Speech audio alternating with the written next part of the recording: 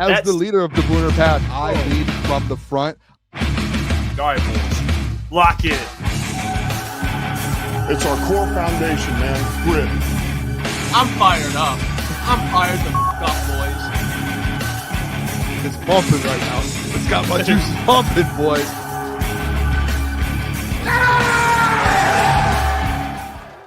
Welcome to Crunch Time Sports with Jeff and Booner. It's Wednesday, September 3rd, and we are back.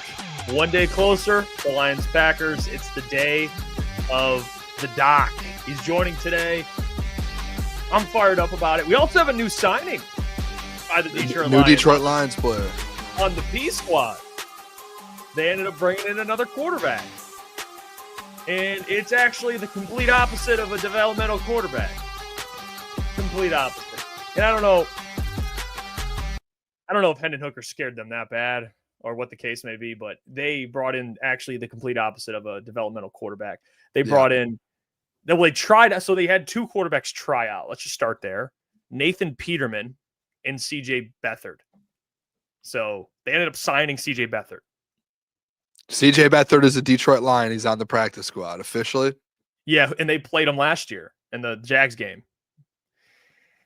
And they destroyed him. So, but he's actually a good. He's a fine backup. He's fine.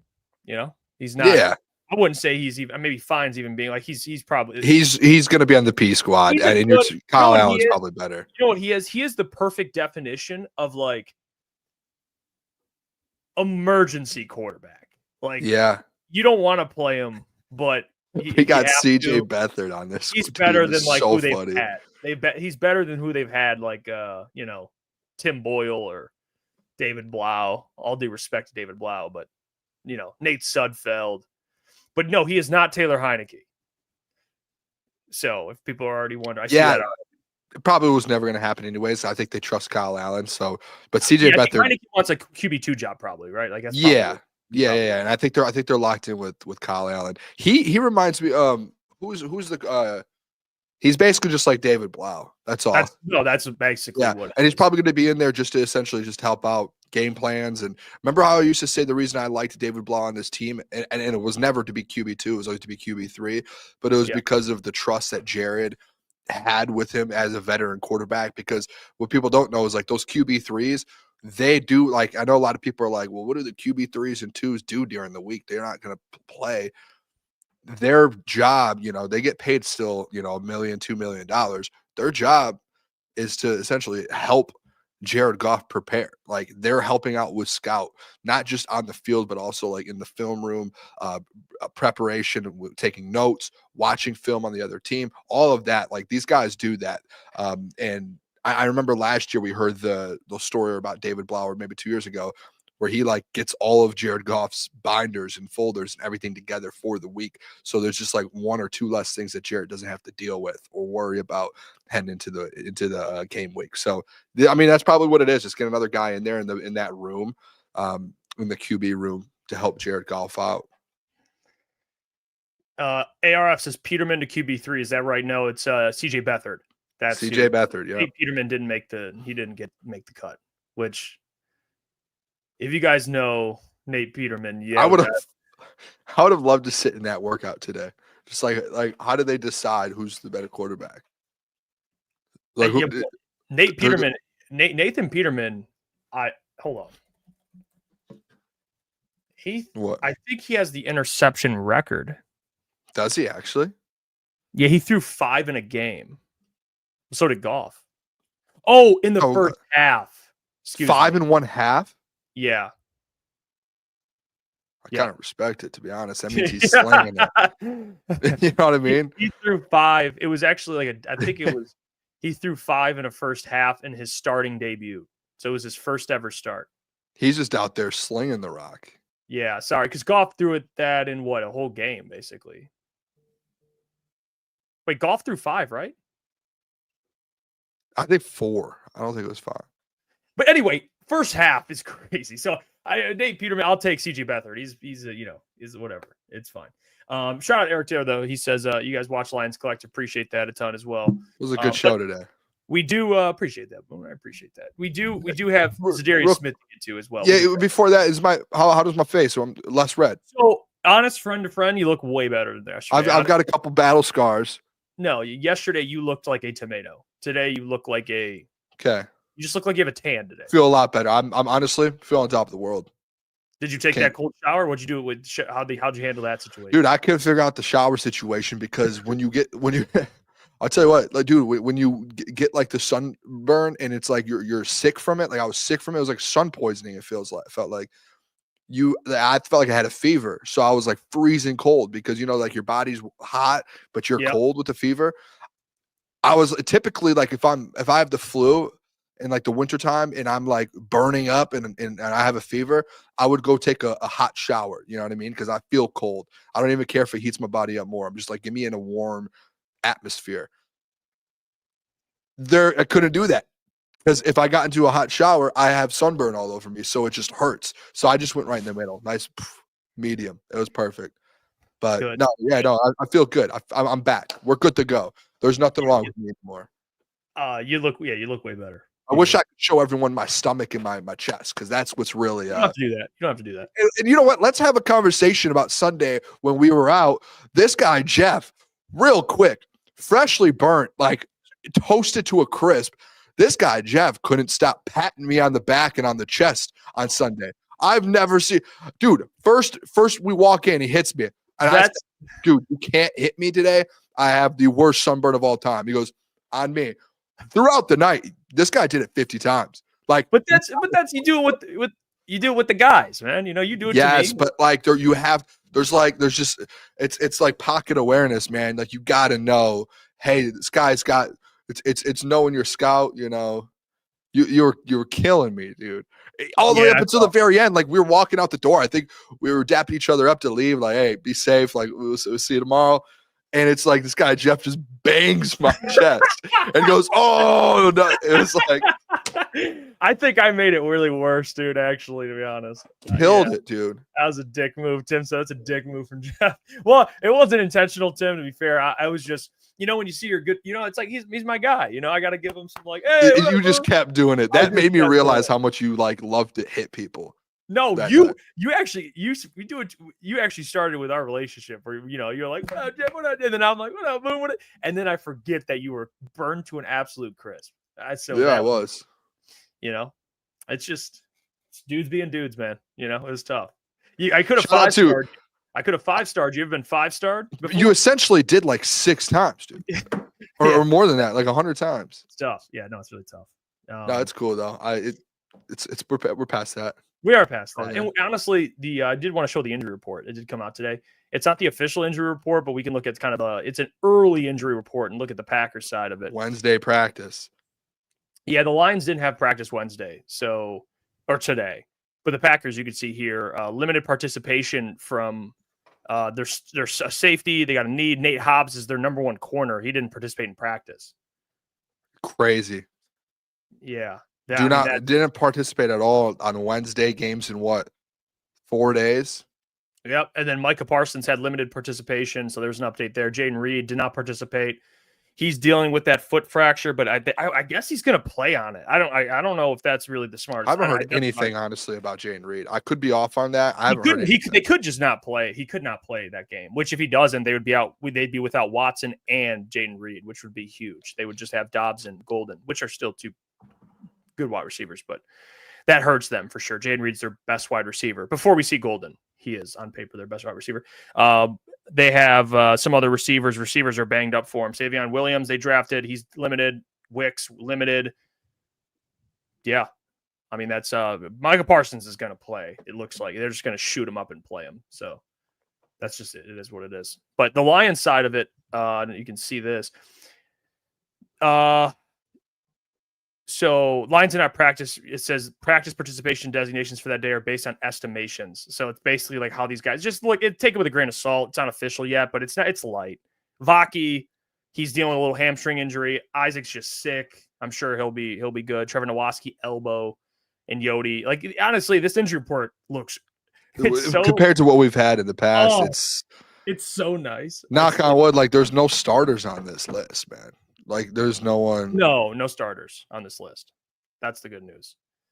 But I don't know. Tesla, the illness kind of popped up, but they knew about that. So he's been dealing with that. So he actually could be improving. I don't think that's going to rule. Dude, it's crazy because Vaki, I saw it happen literally right when, I think, Jeff, it was when you were gone. I think it was the Texans joint practice, but Vaki was back. Like, I know he's been dealing with this. And this is why I hate when people are like, Booner, why do you always like the knee injuries, the hamstrings, like calf injuries, these leg injuries, like, especially these, like, what do they call them? Like those muscles, like those muscle injuries in your legs.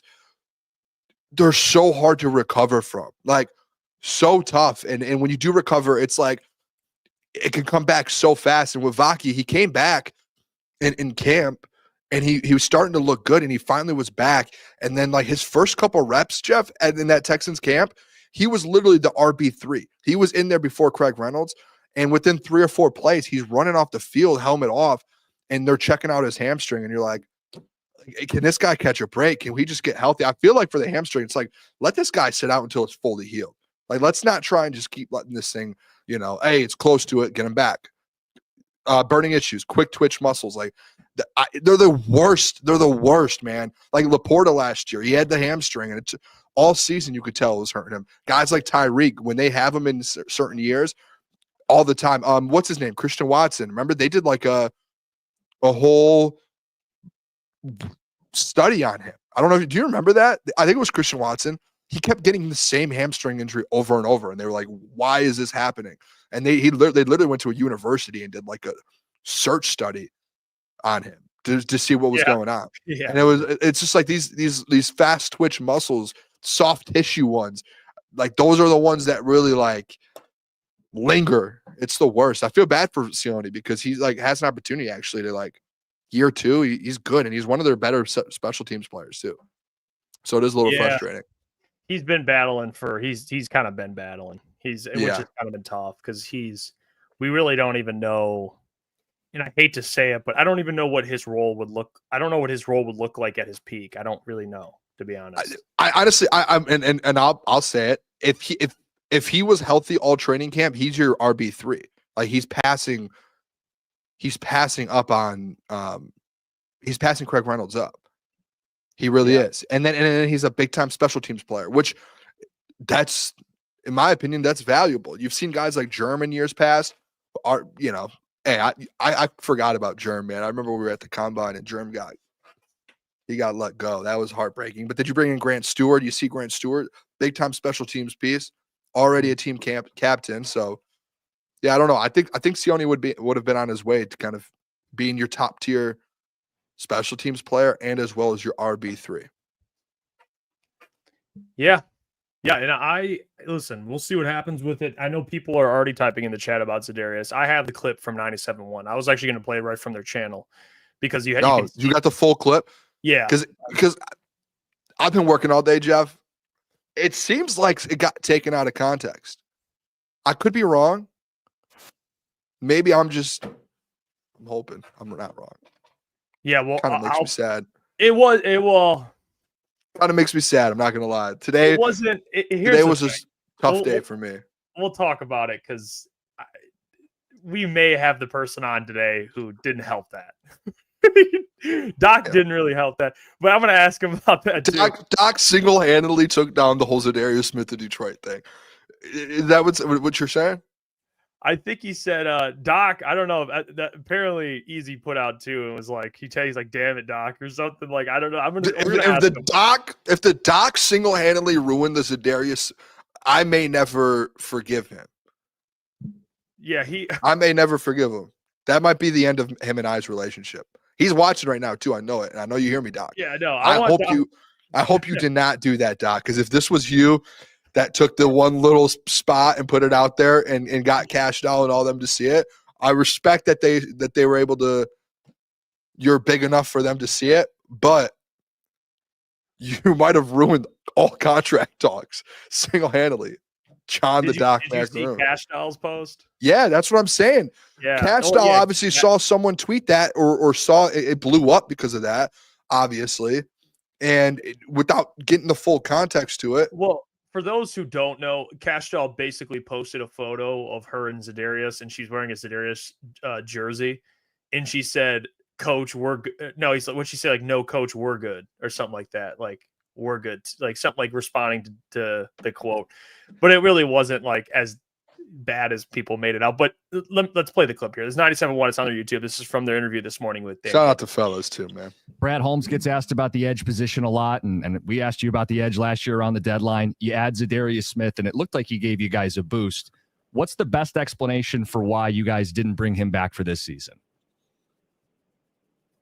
What's the best explanation? The reasoning or the rationale or why you guys came to that conclusion? Well, we're good right now. I mean, we're pretty good here. We got Davenport. We got good depth. I like what we got interior too. We got a lot of flexibility, and we're sitting pretty good right now. So we're ready to go, man. Fair enough. We've heard a lot of. All right, he pretty much shut that down. Like, but he didn't shut it down, like rule it out. But he pretty much was like, what do you expect Dan to say? Honestly, do you expect him to be like, well, we would still love to have him? You're in week 1. You have to be like, we have faith in our team. Because then if your current D line hears you say we could really use him, then what does that think for Davenport and AQM and Hutch? You see what I'm saying? I feel like you have to say that as a head coach. This was funny though. You got to admit. He said, "Yeah, no, I'm with Andrew Jones." Yeah, because he did say he said we got Davenport. But you see what I'm saying? Like, yeah, what are you? I understand that perspective. Like, I made a reaction video and I was like, "This, why would he say this?" Like, but then I also stated in the video, I don't know the context of what the dispute is between them, so I can't really speak on that. Like, I don't blame Brad if Zadarius wants like too long of years or too much money or whatever. There's obviously context, but what I also will accept, and what you're saying is fair, is the side that people are like, well, what is Dan supposed to say if he says, oh, we'd love to have him, you lose leverage? Like, I get that too from like a negotiation standpoint, but you want my honest opinion? Like, this is just a feeling I have. I think Dan genuinely believes that though. Like, I think he genuinely is like, I think we're good. Like, and that's what scares me a little bit. Like, can I give you an insight? Can I give you something real quick? But if that is true, I don't know for sure, but if that is true, that means Brad also feels that way because they're tied at the hip. So no, disagree. Do you want me to give you a little inside the brain of a coach? Oh yeah, go ahead. If you're going into a game week, it was the same thing when I was at Saginaw Valley. We were coaching. If you're going in there, you know, in the back of your head, hey, you might not be as strong at specific, like certain position groups, or, you know, for us, it was our point guard's good enough, or our centers, what it is. You go out there no matter what, though, with what you have personnel wise, anything, and you give full confidence. Hey, we have the best centers in the game, in the conference. We have the best point guard, the best shooters, the best rebounders. Like, that's where, like, if you're Dan, you're not going into any interview, Jeff, and going to be like, I don't have any faith in our defensive line. I don't. Like, no. He has to go into the game with the mindset of what we have, we're good to go. Especially as a Super Bowl contender, you have to, like, what are we talking about here? He's not going to go out. Would Dan ever go into the media and be like, yeah, our offensive line just is so bad right now? No. Or I have no faith in them. No, he's going to be like, hey, I have faith in them. There's a reason we have them. We're putting them on the field. That's just. But why can't? That's coach talk. Genuine question. Why couldn't have Dan been like, you know what? We love Zadarius. He's a good player. He helped us last year. But we have to focus on the Green Bay Packers. You know, like, why can't you say something like? Because he said that before. He asked him he asked him about it. I mean, and then if he says that, then you're going to be like, well, then why didn't you sign him? Like, no, but at least he could say anything in the media. Us, for example, and in the fans are going to have something to say about it. It's just what it is. He could have said anything today. And whoever, which it was probably Doc, was the one that just tweets out, Dan said, we're good on Za'Darius Smith. So far out of context, he said, we're good with what we have right now. We have confidence in what we have this week, and we're focused on the Green Bay Packers. Like, it was obvious he was focused, just like, we have a game this week. I don't need to be worried about free agency. Be like, listen, we love Zadarius. Like, he helped, like, but we have a game this week. Like, Like, dude, they have made it so clear that they like Zadarius and that they've had contact with him in this offseason. Say, like, what do you want, Jeff? We got what do you want Davenport. from him? We're good. I don't understand. I don't understand Lions fans and you, Jeff, who are mad about him having confidence in what's in house. I mean, am I crazy for that, chat? Like, is that like? I get it. I don't think you're crazy for just to be like, hey, being like Zadarius, like, you know what I'm saying? So frustrating to me. Like, give him like a little, throw him like a little bone, and then be like, hey, we got a game this week. Obviously, our attention's on the Packers. We can't, that's it. But it's like he's just like, yeah, we got Davenport. We're good. I don't know, but I don't know. It's just he likes what they have, and he's the head coach. He's got to be confident with it. I don't know what else to say. I when I saw this today, I thought he legit just said we're good, and then when I watched the full thing, I just go, okay, that was just coach talk. Like, this should not even have been he obviously is just essentially just we have a game this week. I'm happy with what we have right now in place. But he didn't say that we have a yes game. Did he say that? He said we're focused on we have the Green Bay Packers this week. I'm confident. Oh, then maybe he did say that. Actually. Not word for word, but he essentially just said at the end, he's like, we're playing the Green Bay Packers Sunday. It's just a feeling I get, Boone. I genuinely think he just loves it. He loves the room they got. He loves every room, Jeff. Yeah, he's the head coach. He's got to boost up these guys' confidence. I know, but I want to. Behind closed doors, I'm sure he has some things to say about certain position groups and players. We just don't know it. He did say we're good for now, but I'll tell you this: now is not going to be that long. I'll tell you that. For now, what did I say? Give it 2 weeks. By week 3, Zadarius will be a Detroit Lion. Yeah, actually, not anymore. They're going to realize. You know what? It's crazy. We look at pass rush win rate. Last year, Zadarius was like top 6 or something. Like, he's not. People act like he's this bum player. But here's the thing. I made this. It's the thing that scares me. And I don't know if I'm just saying it because you could be very well true, Boone, and what you're saying is true. Like, I'm not saying what you're saying is crazy. I think there could be a chance where behind closed doors, him and Brad are like, we love to have this guy back. Like, we want this. You don't. I mean, what are we talking? But then there's a part of you guys that delusional? Do you really think that they're like? We don't know for sure. We do, because Brad 3 weeks ago went on 97.1 at training camp and says we have talked to their agent. We have had communication. And then like a week ago, he says we haven't. But 3 weeks ago, he says they have. I'm not saying it changed, Jeff, like obviously, but they've still had communication over the last month and a half with Zadarius. So why are we acting like they obviously, when you hear, hey, we've had communication, guess what does that mean, Jeff? That means they would love to have him on this team, or else they wouldn't have had communication at any point. So they were still trying to find a way to get him back. So it's like, you are so delusional, Jeff. Like, you're like one of those conspiracy theorists, which I love, by the way. I enjoy a good conspiracy theory. I'm not afraid of a good conspiracy. Yeah. Let's talk about the moon landing if you want. We can have that conversation. Yeah, but it's like maybe Brad is looking at Zadarius like his ex. Like, maybe it's like, hey, I've had communication. Doesn't mean we're going to reunite and get back together. It's just like, maybe it's just a little bit of communication. That's such a wrong comparison. It's like, you're actually trying to sign these guys. Maybe they're just chopping it up. Hey, Zadarius, how's the family, man? How's Cash Doll? Doing good? Yep. All right. Yep, we don't need you. We got Davenport. Click that phone. Oh my God. It's the thing. If you're banking on Davenport, I feel bad because it's nothing personal with him, but it's really not. He seems like a great dude. And whenever someone says that, something disrespectful is coming next. He seems like a really great dude.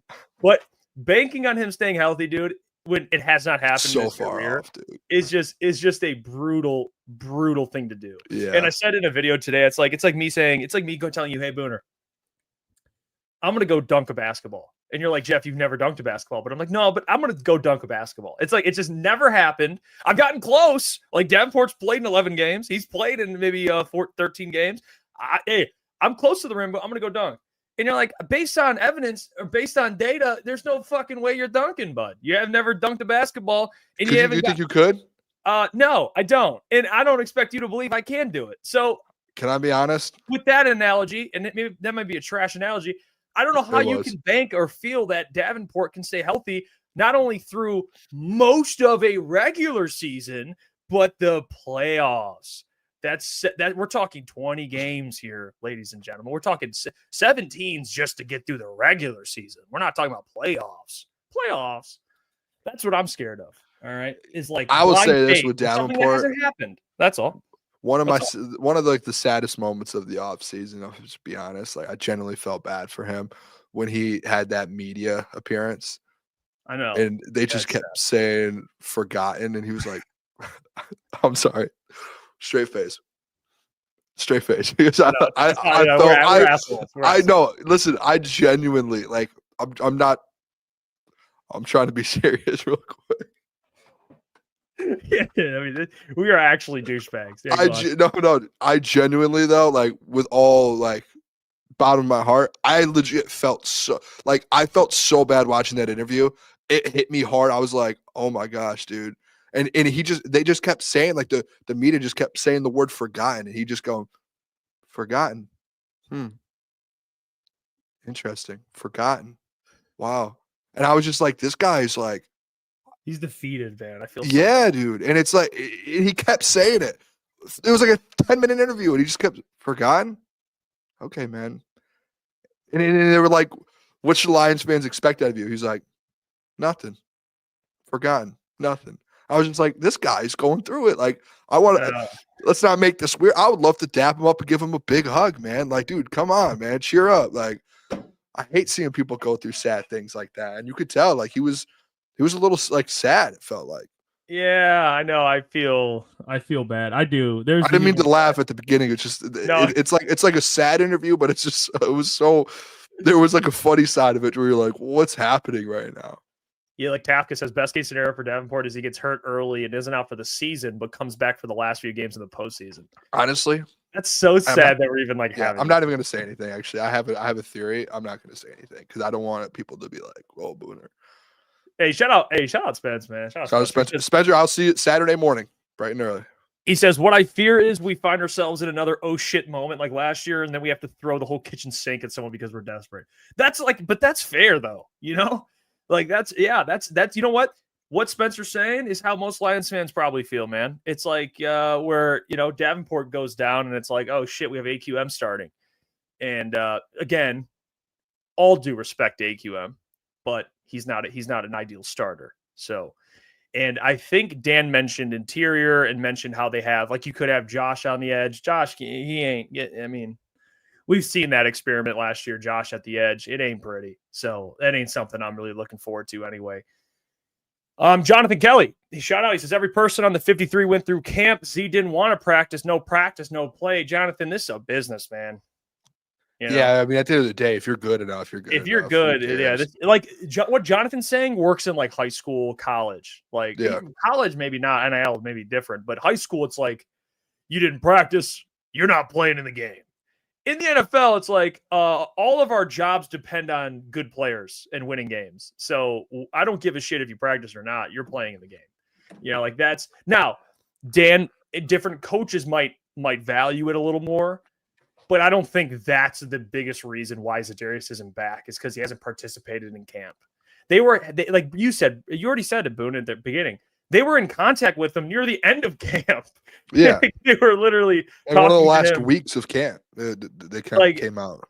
So you wouldn't be talking to a guy at the end of camp if you felt that way. It's like, well, he didn't participate in camp. Like, you know, he ain't playing. It's like, well, they definitely feel like he could help for sure. And they only have 3 edge rushers, guys. Like, I'm sorry, I know the edge thing can get annoying, but it's just a fact. They have 3 pass rushers, or edge rushers. They have guys like Aleem when he gets back can help a little bit, you know, but that's it. That's what they got. Jay-Z, he says, I'm guessing Brad is offering $5 million-ish and Z wants $10 million-ish. Well, I mean, if it is really that, they should that's a big difference, actually. It's a pretty big gap. That's double. Yeah. I would pay it. I already said it a couple weeks ago. You have 40 something. I know you can roll over some cap to next year, and you do have a lot of money on the books next year. I would pay it this year to have yourself a chance to have one of the best D lines in the NFL and go in and try and win a Super Bowl. I would pay the money personally. Vision South, appreciate the $5, my friend. He says it reminds me of Chris Collinsworth and saying, Colin Cowherd. Colin Cowherd saying, LeBron, we're good. When Ben Simmons got in the league. That was one of the worst takes of all time by Colin Cowherd, actually. But yeah, that is kind of, it's like, I don't know who Ben Simmons would be in this case. Maybe Davenport. It's like, hey, Zadarius, we're good. We don't need you. Hopefully it doesn't age like that take, though. That take was really bad. Ben Simmons was then injured every year, and LeBron's still playing great basketball. Let's see. D-Ray, Jeff, you think Brad is saving for the trade deadline and will make a big move this year? I think D-Ray, to be honest with you, Boone, this actually, I was going to say this earlier. It's a good question. If Davenport does go down and Zadarius signs somewhere else, I think Brad's good. There will be a deal on the table. I think he'll try and make a deal. I think so. For like not Zadarius? Oh, yeah, 100%. I mean, it's just Zadarius is gone. If he's gone. Yeah, if Davenport does go down, 100% they're going to make a deal at the trade deadline. 100%. I don't think Brad hasn't he's usually made some deals. There maybe he traded for a pass rusher Zadarius, but they had everyone in the room completely out. So I don't even know if that's I still a guarantee. think though, if Davenport goes down by the trade deadline, you do have to make a move. It's probably not going to be like, and I'll warn the people now, it's probably not going to be a guy to Zadarius's level, because even last year, I don't think people realize this, and this is why I kind of don't like the fact where fans were going at Brad for the trade deadline last year, but Zadarius was the best edge rusher that was moved last season at the trade deadline. He was the biggest name and the best player. There was no one else. So, I mean, there were other players, but it wasn't at that level. And he even mentioned as well, like, that's such a valuable position where in years past you have seen like Chase Young and you've seen a couple names, but like, it's not always, a lot of those guys aren't always, that year. Yeah, they're just not always available though. Like 2 years ago, yeah, there was a couple that were. You can't guarantee that those guys are. Like last year, they just kind of got screwed to where there wasn't that many available besides Za'Darius Smith. He was the best one. So you would have to hope that a couple of these guys do become available. No, it's actually a great point. One, because what you're saying is true, but number two, there's so many things that go into a player being the right fit, especially with this regime. They want qualities in a player that fit the Lions. One. Number two, you have to look at the contract, right? That matters. Zadarius just so happened to be on a 2-year deal, but you can get out of it in a year. So it worked out. So not only was he a good player, you could get out of his contract, and you didn't have to give up a lot to get him. Yeah. That's not always the case with players. Sometimes the contract's too big, the asking price is too much. Maybe he's not a fit for the Lions. Like Zadarius was a fit for the Lions. They felt like he was a perfect fit for them. That's not always the case. So even me saying that, like the chances of it, realistically, probably not as high as other GMs that are more aggressive. I think Brad's a little more selective, and it's worked. I'm not saying it's right or wrong. I'm saying it's worked for them. But yeah, like that's the reality of it, guys. Is like I wouldn't bank on that either. That's why it's like Zadarius is a free agent. You don't have to give up anything to get him. So it's like he's the guy you want, you know. And yeah, Streams Only says, Jeff, could we do a segment looking at a trade target? It might be what we end up doing. Streams Only, a segment looking at trade targets we get at the deadline. Yeah, we'll see what happens. Steve Lehman, even if Davenport goes down, I don't see Brad picking up anyone. He only picked up the phone after Hutch went down. Yeah, I mean, that's, again, a fair point. That is a fair point. Yeah, I mean, it's hard to say because even if Hutch didn't go down and you did lose Davenport, you would probably still think Brad last year would have been making calls. You know, you just don't know because Hutch went down as well. Yeah, Eric Taylor says Cloudy be cheaper and younger. I don't know if Cloudy, I don't know. Cloudy, maybe. DeMarcus Walker's out there. They already met with him. He's not. He's fine. I thought DeMarcus Walker signed with someone. Did he? He might have. I could be wrong. Walker. I could be wrong too, but no, he didn't. Never mind. By the way, just a fan. I've been offline due to my wife being sick and at the hospital. Oh, hopefully she gets better. I'm sorry about that. Prayers to your wife, man. Yeah, hopefully prayers to her. Good. That's terrible. He says, I get back on to see that Doc Macaroon was a Maverick again. Yeah, well, that's usually the news there. I'm appreciate you supporting. He's a Maverick. Yeah, he's a Maverick. You know what that means? No. It's like he's what's a good one? How do I explain this? Let me see. He's like, the definition is an unorthodox or independent-minded person, like a free, like, yeah, he's like a free thinker, you know, like he's a Freemason. No, that's something that's something different. Freemason, that's a different one. But yeah, it's basically like he's, you know, yeah, like Lone Wolf, John Hughes. That's a good one. Like Lone Wolf, which honestly, that does describe Doc very well. He's a man. Well, doesn't he have a podcast called the Lone Wolf Podcast? Oh, yeah. Oh, yeah. That's so funny. Yeah. Yeah, that's actually a great point. Jay-Z says, I still wonder if all these fans and media want a DN, but Shep will be employing more linebacker pass rushing. I'll be watching Barnes on Sunday.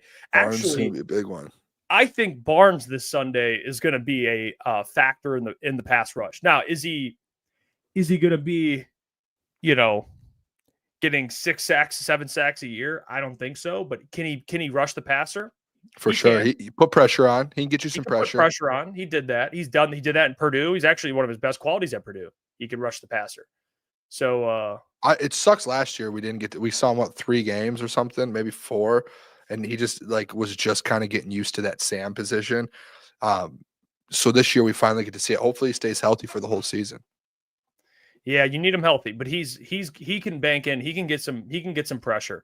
They're going to use him on that Sam spot because they had Trevor Nowoski playing, and they sent Trevor. He's not the player Derek Barnes is, but that's where Derek Barnes is better than Jack and Anzo, because I think I forgot. So actually, I think I don't know who exactly mentioned this. I think it might have been it was a good point by Justin Rogers, but they blitz like the Lions blitz. They'll blitz guys, or they blitz the most on passing downs. Like on if it's a passing down and they feel like it is a passing down, they blitz. But linebackers didn't get a lot of sacks, so they usually I don't know. It's just how it really is. But I think Barnes is going to change that. I think Barnes could get a couple sacks this year for sure. I hope so. Andrew Jones said, I remember Barnes whiffing Dak in the end zone for a 90-yard. Okay, well that. I also remember Derek Barnes getting an interception to go to the NFC Championship game. So. Yeah. For everything, you bring up Barnes has made a lot of good plays. So people always hold that against Barnes. I think it's the dumbest thing. And then later that year, he makes probably one of the biggest plays in Lions history. So you kind of Don't forget about Brian Branch either, Tafka. Don't forget about Branch blitzing the new guy from the Eagles. He's a decent blitzer from the secondary. You're talking about Maddox. Yeah, and they were blitzing Brian a lot during training camp. They were. Brian's going to get to the quarterback for sure. Yeah, they sent him a lot out, and how they kind of utilize that. That's where Kelvin's going to have free reign there. We're going to get to see kind of how he's used. He has so many weapons in that, like outside of the D line, like the linebacker room and the secondary, to kind of just play with what he wants to. He's able to throw whatever he can at the quarterback. I'm excited actually Sunday to see. And that was something that a lot of the players actually talked about, was how Kelvin Shepard's a little bit more creative, and on top of creative, aggressive than AG was. And that's not something I'm saying. That's something that like players have mentioned throughout the training camp, was how much more pressure he sends and the creativeness of how he does it compared to what AG was. And AG was good at that stuff. Kelvin's it sounds like that they're like, hey, he might be at a different level when it comes to it. And that's where I think the linebackers getting to the quarterback is going to be something he's probably, as a linebacker guy, he's going to make sure, like Barnes. That's why I'm excited. Like Barnes has he has the Kelvin as the DC. He's back. He's in that Sam role. I think he's set up to have a pretty good year. Whether he does it or not, it's a whole nother thing. That's why I posted the reel about me talking yesterday. And for those who missed it, basically me going through and position by position on the Lions defense and saying how it's better than the Packers everywhere except for edge. And there's Packers fans on TikTok that were like, linebackers better, safety's better. It's like do they watch anything besides the Packers? I mean, how can you say the Packers linebacker core is in safety is better than the Lions? I don't get it. I think Derek Barnes, Anzo, and Jack Campbell, like, I'm not saying they're the best in the league, but that's a good linebacker core, dude.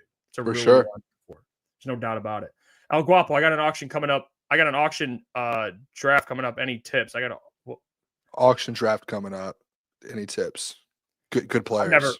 I've never done an auction draft either. I haven't either. I accidentally, dude, I did a mock draft a couple weeks ago and I went into it and it was an auction draft and I was like, I'm in the wrong draft room. I should not be in this. So I left. So no, yeah, just get some good players, El Guapo. Good luck, brother. Yeah, that's all I got. I'm not the guy to ask on the auction draft. I've never any other draft, let us know if you need help. But auction, I'm not very well versed. Yeah, I honestly, this is the first time even hearing about it. Full transparency. Really? Yeah, I've never done it. Yeah, never done it. Jonathan Kelly, I'm excited to see, or I'm ready to see Jack Campbell become problematic this year. Yeah, expect that linebacker core is going to be flying around, dude. It's the first time we didn't get to see all three of those guys much last year at all. For like 2-3 games. Mm-hmm. And then after that, Anzo goes down. It's just Jack. So Yeah. we didn't really see them all together throughout the season. Let me before Doc joins, I got to tell you about our friends over at Comer and Cross. So allow me to do that, Boone. Real quick, Comer and Cross. Yes, the great Comer and Cross, the old reliable. They take care of their customers, and you guys should be getting in on their summer installation sale while summer's still hanging out by a thread. It's raining, but it's still nice weather, and Comer and Cross can help you out. They're offering 12 months, same as cash, or $500 in savings. So call the number 248-834-3488. They transform patios, pool decks, basements, even driveways. Before the weather changes completely, you're going to want Comer and Cross and their services because they move the stuff out for you. They take care of you. They move everything out. They have deals offering you, saving you money. Yes, saving you money. So book your free estimate at comercross.com. Tell them your friends over at Crunch Time Sports sent you, or call the number again, 248-834-3488. All right, let's get back to the show here because we got the DOC joining in a couple of minutes here. And by the way, sorry if my camera's a little bad. It's the internet might not. I think I'm getting hacked right now, to be honest. I think I don't know what's happening with you. The sound, everything is just it's a little. I think Davenport's people are hacking me, honestly. It sounds like every time you talk, there's like something in my ear, like a rattle. I might need to rejoin, but I'll do it when the doc joins. I'll rejoin because that'll probably fix it too. Well, before the doc joins, let me tell you, all right, our friends, we're going back to back here, ladies and gentlemen, because we gotta pay the bills. Let me tell you about our friends over at Sleeper, because they are the newest, proudest sponsor of Crunch Time Sports. And if you guys have not used Sleeper, what are you doing? You're living under a rock. You can get a $100 deposit match up to $100 if you use the code CT Sports, because they're doing great things. It's not just their fantasy, which people know about. Obviously, if you don't know, I don't know, you must be living under a rock.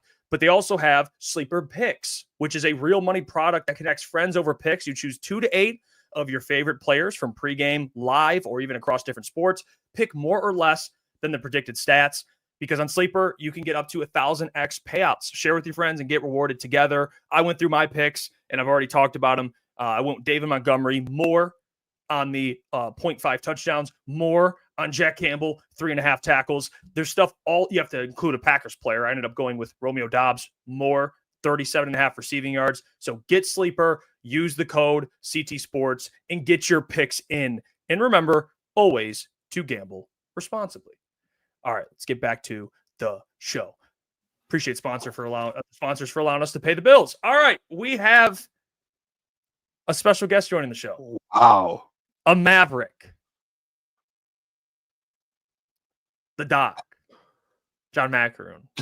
Publisher of Detroit Lions on Sports Illustrated. Looks different today. Some would say a shit stirrer. I'm not saying that. Some would say he cost the Detroit Lions Za'Darius Smith. Yeah, Doc is starting beefs with Cash Doll. He's beefing with Cash Doll. He's doing a lot of great things right now. Let's bring him in. Talk to him. Mr. John Maakaron. John, how we doing? Like everybody else, we're good, baby. It's all good. It's a great time to be a Detroit Lions fan, about to be 1-0, about to head to Lambeau Field. The fans, I think another Blue Sea, 1-0, baby. What's good, baby? Doc, apologize for my internet. I actually have to leave and fix this, so it might be a little blurry. But you're beefing with Cash Doll. You're doing some great things. Can we just get to it before we get to Micah? Let's just start with Zadarius. All right, what'd you make, Doc? I know people can go read the article as well. It's already posted. You were quick on it, and people were tagging you. I saw you on Twitter and stuff like that. What do you think of what Dan said? Hey, we're good, Zadarius, for now. We got Davenport. We got the edges we currently have. What'd you make of what he said? Yeah, first and foremost, look, I know it's back to school season, so do I got to drop an educational lesson on people? Listen, Dan Campbell clearly was not going to go on the radio and be like, "We're good," and have a tone that's disrespectful. I took the 2 words that were the most important of his talk. And I'm going to write a story. I don't think Cash Doll is beefing with the Doc. She loves the Doc. She loves this Mediterranean skin. She loves the flow. She loves reading Detroit Lions on SI. There's no beef. Of course, there were more words after it. But in the end, I didn't understand everybody's need for more context. The Lions are good. Dan Campbell said, we're good. So what does that mean? Clearly, they added multiple defensive ends. They didn't add Zadarius Smith yet. So there's nothing taken out of context. There's no shit stirring per se. It's simple. The Lions, if they wanted Zadarius Smith, would call up Zadarius Smith and he'd be on the team. So everybody needs to pick up their English language and figure out what it is that they were trying to think I was doing. The Lions are good. That's why they have 53 men on their roster, and they went out and they have not yet signed Zadarius. So they don't feel like they need him. Now, there's a debate. Many people feel like the Lions are not good enough at defensive end. That's a fair debate to have. Marcus Davenport's the guy. Dan Campbell said it all throughout the offseason. Brad Holmes has told you all throughout the offseason, that's the guy. And now they got a couple of young guys trying to build a career. But for the Lions, they either don't want to match the price or they just have yet to come to contract terms. So the Lions are good until they feel like his services are warranted. And at the same token, there is a thing where vested veterans, if he signs, would have to have his whole contract guaranteed. The Lions, maybe along with the rest of the league, don't want to guarantee his contract. So it's a business. It's the way things go. I'm not upset in any way. I don't think I think Cash Doll's a pretty smart lady. She understood the words, the key words there. Everything else is just support for the main point that Dan Campbell made. If you guys are not smart enough to understand how the English language works, that's not my problem. I didn't take nothing out of context. He said, we're good. And so that is the main point. It was pretty simple. The rest was just supporting his argument. The Lions are good. What more information did you need besides those two words? The rest was just fluff. And so if you needed the full context, I'm going to write a story about it. So it was funny to see, but I don't know if she said anything further or listen, if you all need context in so many different ways, I feel bad for you. Sometimes you got to get it direct and right to the point. The Lions are good without Zadarius Smith. And I kind of believe it right now. Hey, that's fair, Doc. If you believe that, that's on you. They are good probably, but they could definitely use him, I think, for a Super Bowl run. I do want to bring up, obviously, the Micah Parsons trade over the last couple of days kind of went through to the Green Bay Packers. And week 1, you see the Green Bay Packers. And since the last time you were on, the NFC North odds have changed a little bit, and the Lions are now second in odds to win the NFC North. What are your thoughts on that? And now seeing that this Lions team is no longer favored to win this division. That's great. I think that the more hate, the better. And then just for those in the chat, what were the other 2 words in the sentence? We're really good right now. We're in the present. So again, tell me how you got confused by we're good. Because are you guys not smart enough to figure out what he said? Listen, that's your problem. That's not my problem in any capacity. And the blessing is you can go to Lions on SI this weekend for all the great predictions. I feel like the Lions, all the writers with me are going to pick the Lions to win this week. Listen, Vegas guys also too. So listen, it's great. Vegas is about drawing cash, and they're taking advantage of statistics in order to draw the most bets from both sides.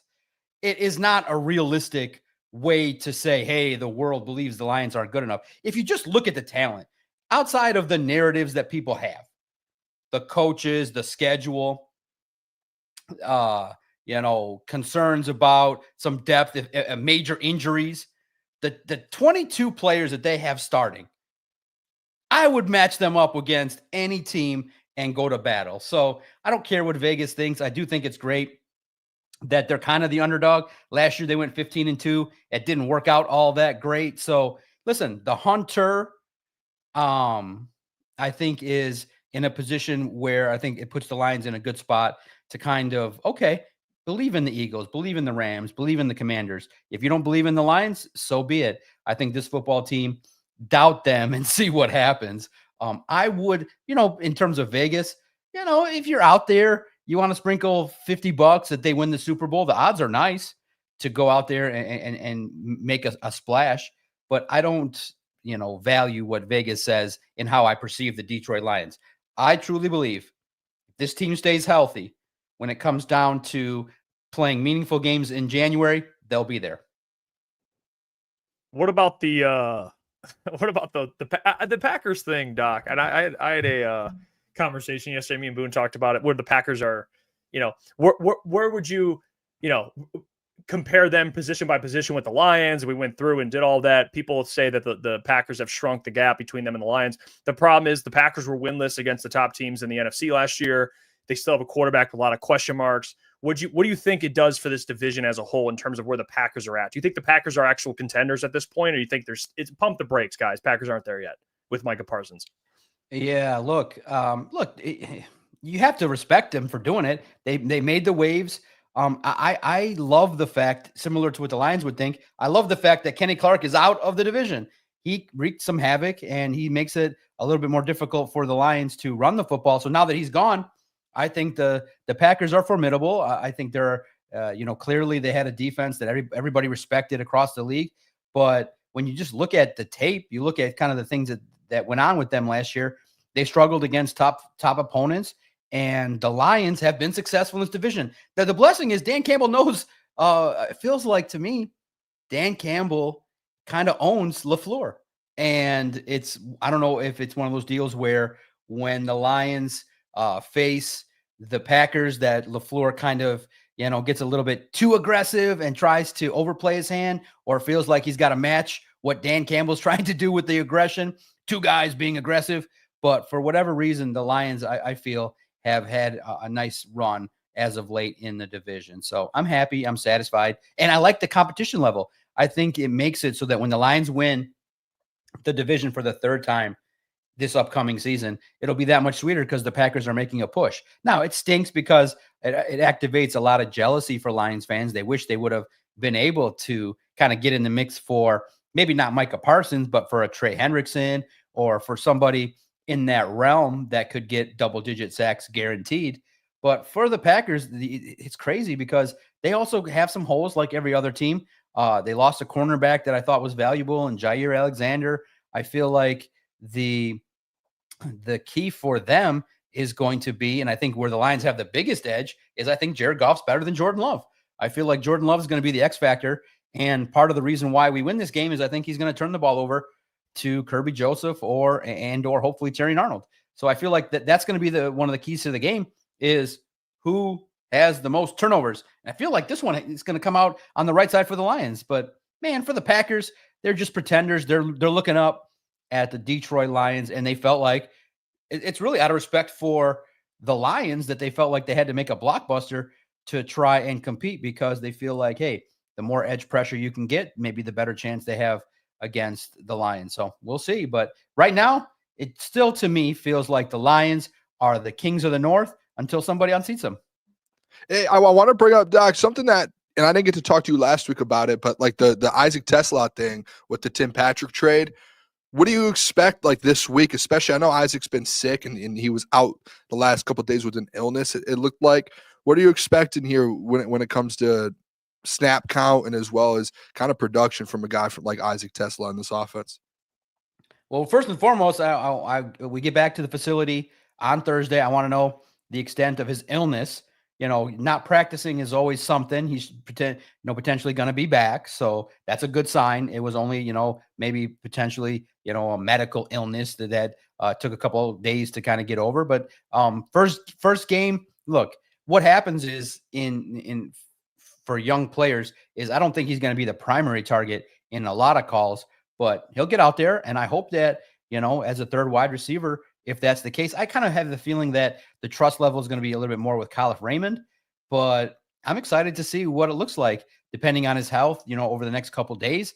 Man, it'd be nice to see him get a couple targets, a couple first downs, maybe even a couple of red zone targets. I feel like the Lions, once they get out of the early momentum period where the Packers are going to be riled up, their fans, I feel like the Lions offense can get into rhythm pretty quickly.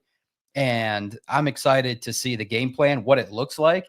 For Tesla, man, I'm excited to see as the year progresses. The first couple games, it's going to take him a minute to get into it. Remember, too, this is only his first week practicing against top competition. I feel like the Packers – now, the good thing is the Packers secondary has question marks. They lost Jair Alexander. The guys that they got aren't big, huge names or anything that anybody cares about. So I'm excited to see. And Tesla gets to match up against weaker defensive backs. Most people believe that Javon Buller is going to guard St. Brown. So that'll be a fun matchup. Hobbs or Carrington Valentine's going to hit the other spot against JMO. So we'll see who ends up if Tesla gets out there. But look at his body type. I mean, he's going to have so many favorable matchups throughout the year just because of his tall stature. I just feel like defensive backs are going to be just scratching their heads going, man, we can't match up against this guy. What about a guy like Terrion Arnold, who you kind of alluded to already? Kelvin Shepard actually talked highly about him on a podcast. Glover Quinn, Trevor Thompson, he said that he's been the breakout player of training camp. You obviously know that. But what are some expectations for you? You can go for the season, but really this game, what do you want to see out of TA in this game to kind of be like, this guy could be a legit CB1? Because that's what Kelvin believes. He carries himself like a CB1. He's been playing like it. What have you kind of made of his development and confidence level this week against the Packers? Yeah, absolutely. I want to see QB. I want to see CB1. What does that mean? That means for the most part, you lock up. If you get an assignment on Matthew Golden or you get an assignment on somebody else, that you potentially have more of an advantage. Then kind of limit them to less than 75 yards, less penalties. I want to see him remain in phase in a lot of these pass plays. I want to see the growing confidence that was showed in training camp. Lock on. I want to see Terrion Arnold Island. I want to see the swagger. I want to see the guy that has good footwork, that locks up, that has the potential to be a lockdown cornerback. That's the signs and trends that I think he can potentially get to. And I feel like, look, throughout training camp, this is a first-round cornerback that has a lot of confidence, that by all accounts loves football, and pretty smart guy. I got to ask, because he said last year he was doing a podcast with Branch. Now he's doing it with somebody else. I don't know. Did the numbers go down, or did the numbers crash, or did the finances not work out because the podcast never happened? Now he's doing it with somebody else, I think Sertan. And I'm wondering what that's going to be about and when's it going to come out. He's now going to be a podcaster. And I feel like he's got the gift of gab, and he's somebody that can be very much a very bright, insightful football mind. And for somebody like him, it's about more impact, interceptions, pass breakups, be a guy that you can trust week in, week out. And what better time than at Lambeau Field, lock down your opponent, get after it, and make some plays. And I feel like, DJ Reed is a little bit more reliable at being a vet, but for Terrion, they say the biggest jump you make is from year 1 to year 2. So let's see that jump. And I want to see Terrion make some plays and be on the right side of some turnovers. Get that first interception. Why not start with game 1? Yeah, we'll see, Doc. We've been waiting for that interception for a whole season now. I hope it does happen, though, on Sunday. Another thing that's kind of big news heading into Sunday is this offensive line, the whole kind of revamped Graham Glasgow, Christian Mahogany, Tate Ratledge. What's your confidence level heading into this week with those guys? And then even outside of the interior, a guy like Taylor Decker, who struggled last season, probably had one of his not worst seasons, but off seasons for sure that we've seen out of him over the last 4 or 5 seasons. What is your confidence level in this offensive line heading into this weekend and Sunday, especially with a guy like Micah Parsons now added to this defensive line in the Packers? Yeah, no, it's going to be interesting to see what Micah's impact is week 1. Look, man, you know what? I just, I like it. I want, and I talked about it on the latest Lone Wolves podcast yesterday. I said, what's the game plan? What should it be? I think it should be smash mouth football. And I want to see Jahmyr Gibbs stiff arm Micah Parsons to the ground. I want to see David Montgomery just slap his helmet and keep it moving. And I just feel like the Lions want to showcase, oh, you got Micah? Well, let's see who's more physical. Let's see, because his PFF run grades are terrible. And the Lions have had their way, and they punked the Cowboys last year. If I seem to recall, Micah was out there enjoying the ass kicking that the Lions gave the Cowboys. So now it's just going to be more of the same that he gets to see. And now the best part is that hopefully Micah goes on his podcast and is like, man, the Lions kicked my ass this week. And he gets to share it with the whole country that the Lions are physical and got after it. I'm more concerned about Rashawn Gary, how that could set up in terms of the matchup, because Micah can move all over. I'm definitely excited to see. But the Lions' offensive line, it's young, but I mean, Tate Ratledge looks like a guy that can get to the next level, a guy that can move people and get after it a little bit. So I'm excited to see. Everybody's talking about Christian Mahogany. I talked to him. It was really cool. A lot of people were talking to Graham Glasgow, and I'm like, well, I'm not going to write another story about Graham Glasgow. So let me go and talk to Mahogany. And it was kind of funny because he joked around a little bit. The Lions got some inside information. The defensive coordinator of the Packers is the former head coach of Boston College, where Mahogany played. So the Lions will have some insight a little bit as to the mindset defensively of the Green Bay Packers, because Jeff Iafrate, coached up Mahogany. So it's going to be really cool to kind of really see how he takes what he learned in training camp. By all accounts, he was special in training camp. And he was basically the reason why I would say he's special. It was just quiet. He just made plays. You always noticed that the guys that he was locking up were basically not doing too much. And when it was time for the Gibbs and Montgomery to run it to the outside, they were able to get after it. So wait, who has the intel? Mahogany has the intel. So think about it. Jeff Iafrate is a defensive coordinator for the Packers. He was the coach for Mahogany. So they have some information. So I'm sure that the Lions have picked the brain of Mahogany a little bit. I mean, I know they do extensive film work, but there's some information. There's some info that you know some patterns, some opportunities to learn about what the Packers defense could do. And also too, Iafrate was there last year. So there's a lot of tape on that defense. So I'm excited. Listen, the one thing across the board is if that offensive line stays healthy, I see Gibbs and Montgomery both having 1,000-yard rushing seasons, and for the to have a running game that can be as formidable, it can be championship level. And so I don't want to start drama, but I would kind of like this team to be handed over to Gibbs. Start the game with Gibbs, give the ball to Gibbs. And so in my game plan, it was Gibbs, and more Gibbs. And I think there's going to be a lot of success. It just feels like a true breakout year for number 0. I guess that kind of goes right into the question I wanted to ask you too, is like, what would be a good performance from the offense? What does that have to look like for you on Sunday to where you say, okay, John Morton, I like what I saw out of John Morton today. What do you want to see on Sunday, Doc? You can go points, yards, whatever, just visual. What do you need to see out of this offense on Sunday to be satisfied? Or what should make Lions fans satisfied? Yeah, points, touchdowns, baby. So that's what points. I think points, lots of touchdowns, lots of opportunities to extend drives. Basically, keep Jordan Love sitting on his ass. And the best defense is a great offense. So I want to see them set the tone. The challenge has been accepted. They're already talking about the Packers want to put the defense out on the field first so that Micah can get out there for a 3 and out. Get out of here. Get out of here with that. There's Amon-Ra St. Brown. He'll extend the chains anytime he feels like it. So it's going to be fun. I feel like if probably right now John Morton is sitting in the lab and trying to create mismatches for J-Mo, Gibbs, St. Brown, points. I want to see an offensive explosion. I want to see them move the ball. I want to see crispness. I want to see 4.5 yards per carry.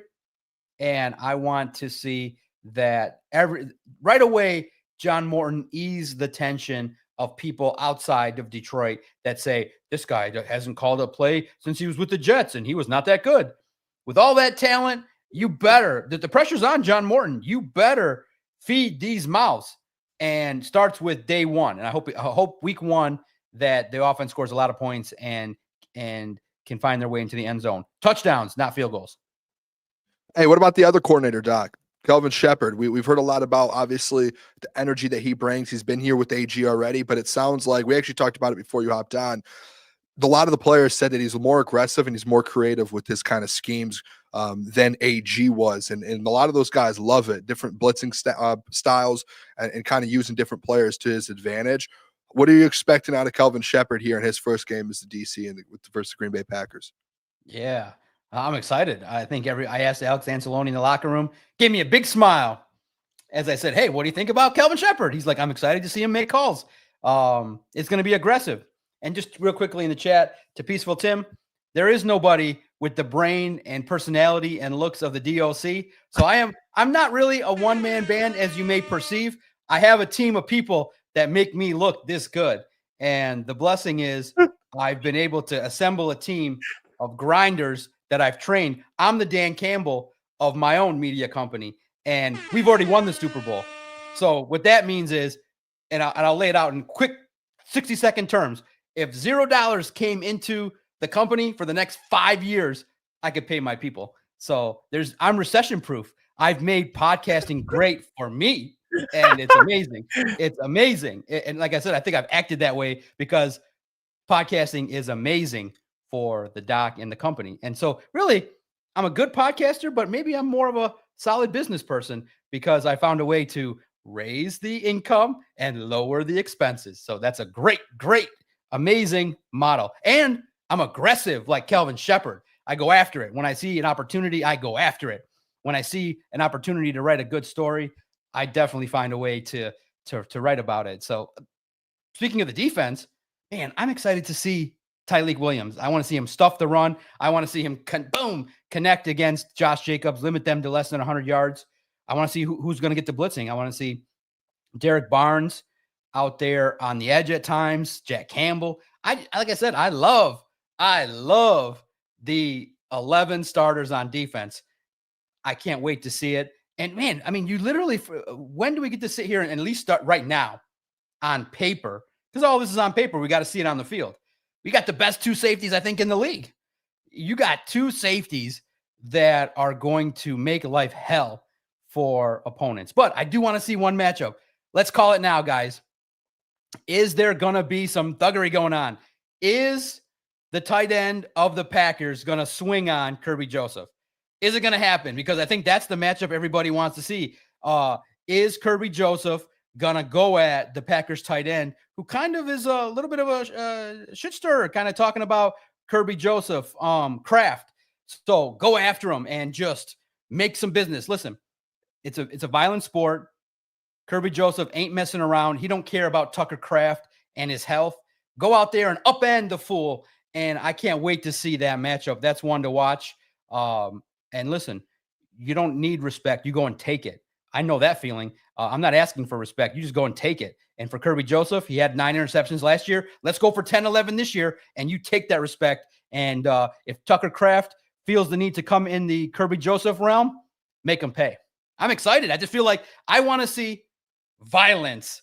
And that's just the word that Aaron Glenn seared in my brain. Now it's football time. I want to see violence out there on the field from that defense. Let's go. If you want to match up with Detroit, you're going to feel it the next day. I love that, Doc. Let me ask you about Aiden Hutchinson. Aiden Hutchinson, who, by the way, you kind of alluded to earlier that Micah Parsons isn't doing the Lions any favors, not only by being in the division, but by what they have to pay Aiden Hutchinson. Do you think Aiden, here's the thing me and Boone talked about. Do you think Aiden is more likely to be the first $50 million edge, or do you think he's going to be under Micah? Do you think there's a chance this dude hits $50 million a year, which is crazy to think about, Doc? Because you're the one actually, I'll give you credit for this, Doc.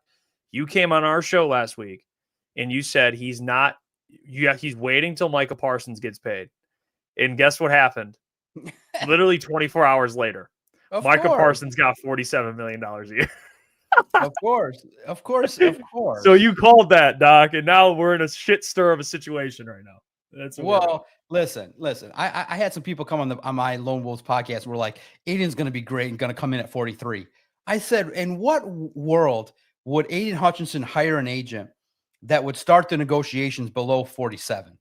I would tell you guys, I would come on here and I would be quite shocked if Aiden Hutchinson did not reset the market. He's young. He's talented. He's the face of the organization. He likes to take bionic pieces in his body.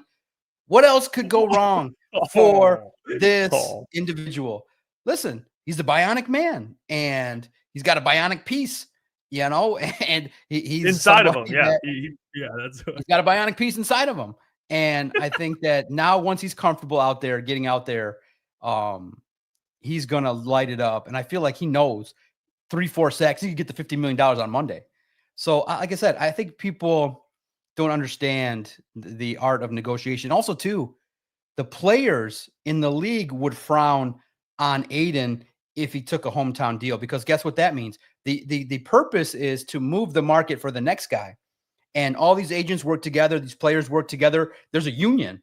I know it's a weak union, but there is a union. And so the purpose is to move things forward. So the Packers the Packers really did a disservice from going from 41 to 47. But listen, the cap's going to go up $25 million every year, but maybe by the time all these deals kick in, the cap could go up another $120 million in the next 5 years. Listen, he's worth it. He's got to make it. He's got to ask for it. And I think his agent, listen, the best part was the media was trying to skirt all around the money talk, because I know they were asking about the contract. So I just went right for it. And I said, Aiden, you counting Micah's money? You know how much he's making? And, he knows. And I said to him, my question was not really a question. It was more like, how excited are you that the defensive end market blew up?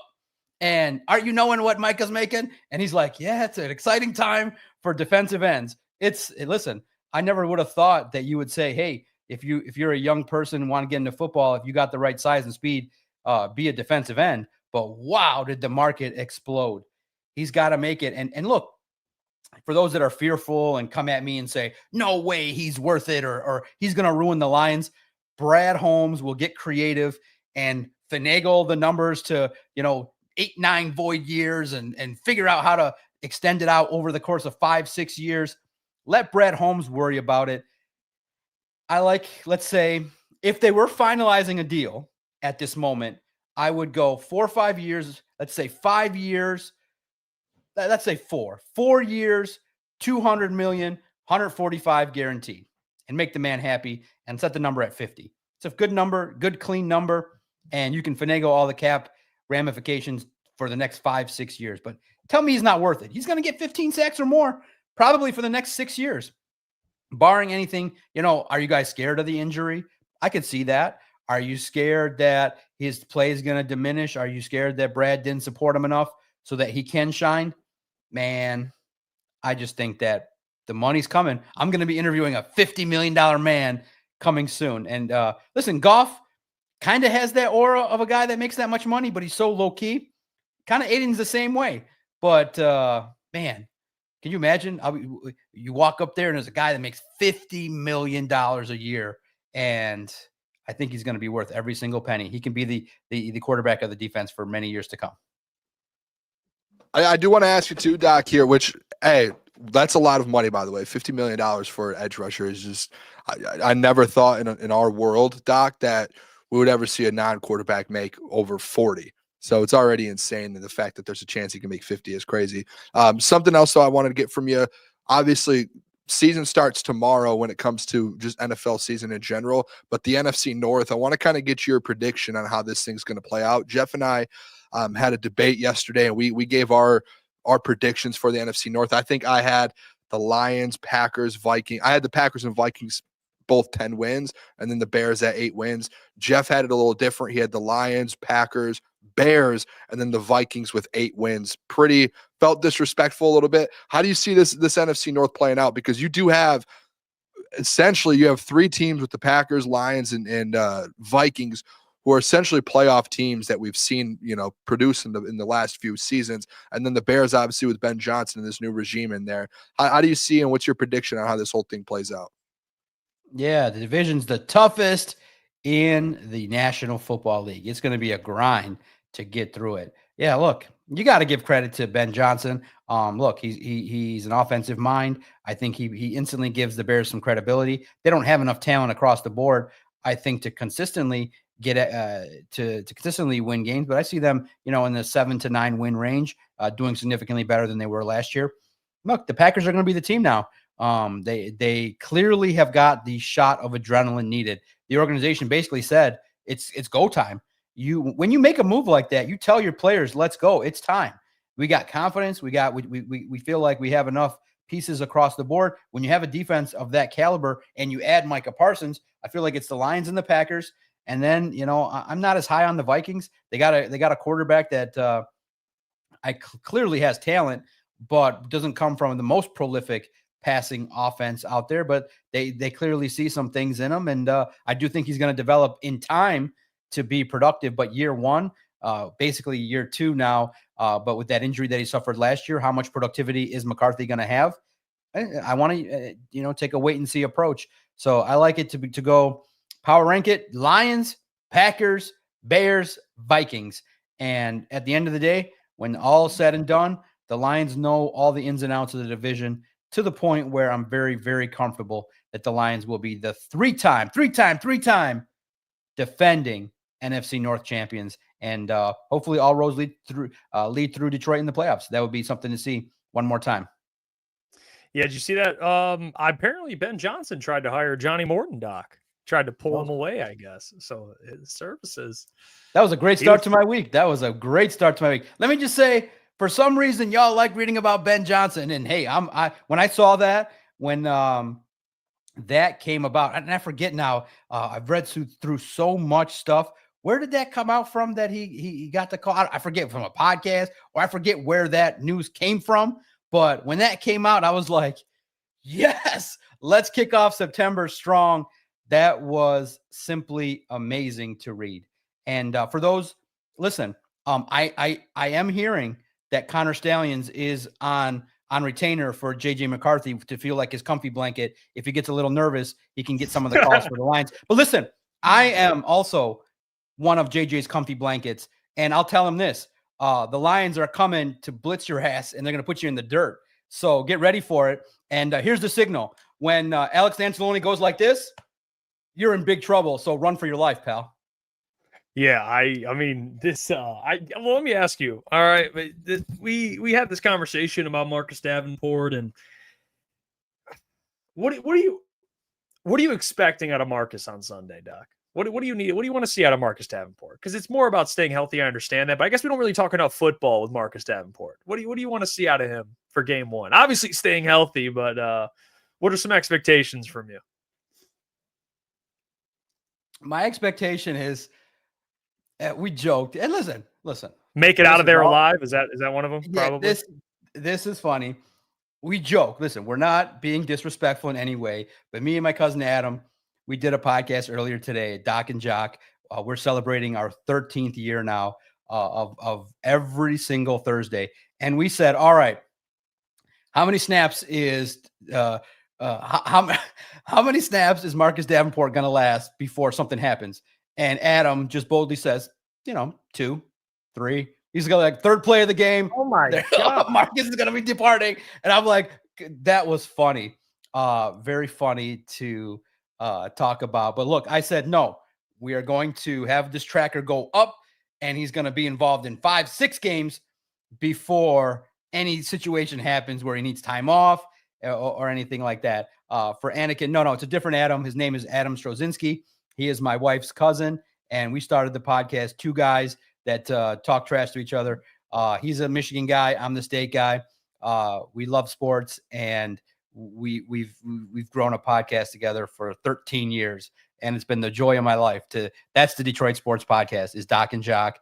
The wild fun, the wildly inappropriate things we have said to each other on that show has been the joy. I just have a good time with it. And look, in all seriousness, they have a plan for him. Listen, he's a good player. He had a decent camp. Dan Campbell talked about him twice now in 2 days. He's a good player. And I think that it's really interesting. He's really laid back in the locker room, but I think he really wants to show that he can sack the quarterback and be healthy. And it's got to be frustrating for him that he sees himself as a talented player, but all that anybody associates him with is injuries. So I hope he stays healthy. It would be a nice redemption story for a guy that was a former first-round pick that had some impact with the Saints and Vikings, but then injuries derailed his career. I just hope that he can stay healthy, because Brad Holmes put passed on a lot of players that the fans liked for Marcus Davenport. And it would be a nice way to pay off Brad Holmes by just staying healthy and getting lucky and being productive and getting double-digit sacks. I'm hoping. And so for those that don't know, it's Doc and Jock. And remember, the hub for me is at Detroit Podcast. I post every podcast when it drops, as it drops. So you can just go every Thursday. You'll find it. It's called Doc and Jock. And I think we're at episode go find anybody that has the numbers we're at. We're at episode 650 in a row. That's insane. Consecutively. Every Thursday for 13 years, we've dropped a new episode talking Detroit sports. I think it's funny. And we talked a little bit about college football and the Lions and all that fun. And we talked about the Mets whipping on the Tigers. And we were sad. But, it's one of those deals where Detroit sports, man, if they can get lucky in just a couple areas, each team, they can take that next step from wannabes to contenders. Can you hear me, Doc? My mic was cut out, Doc. I apologize. Another deal. Build your mics. My mic shut off. They're like, let the Doc cook.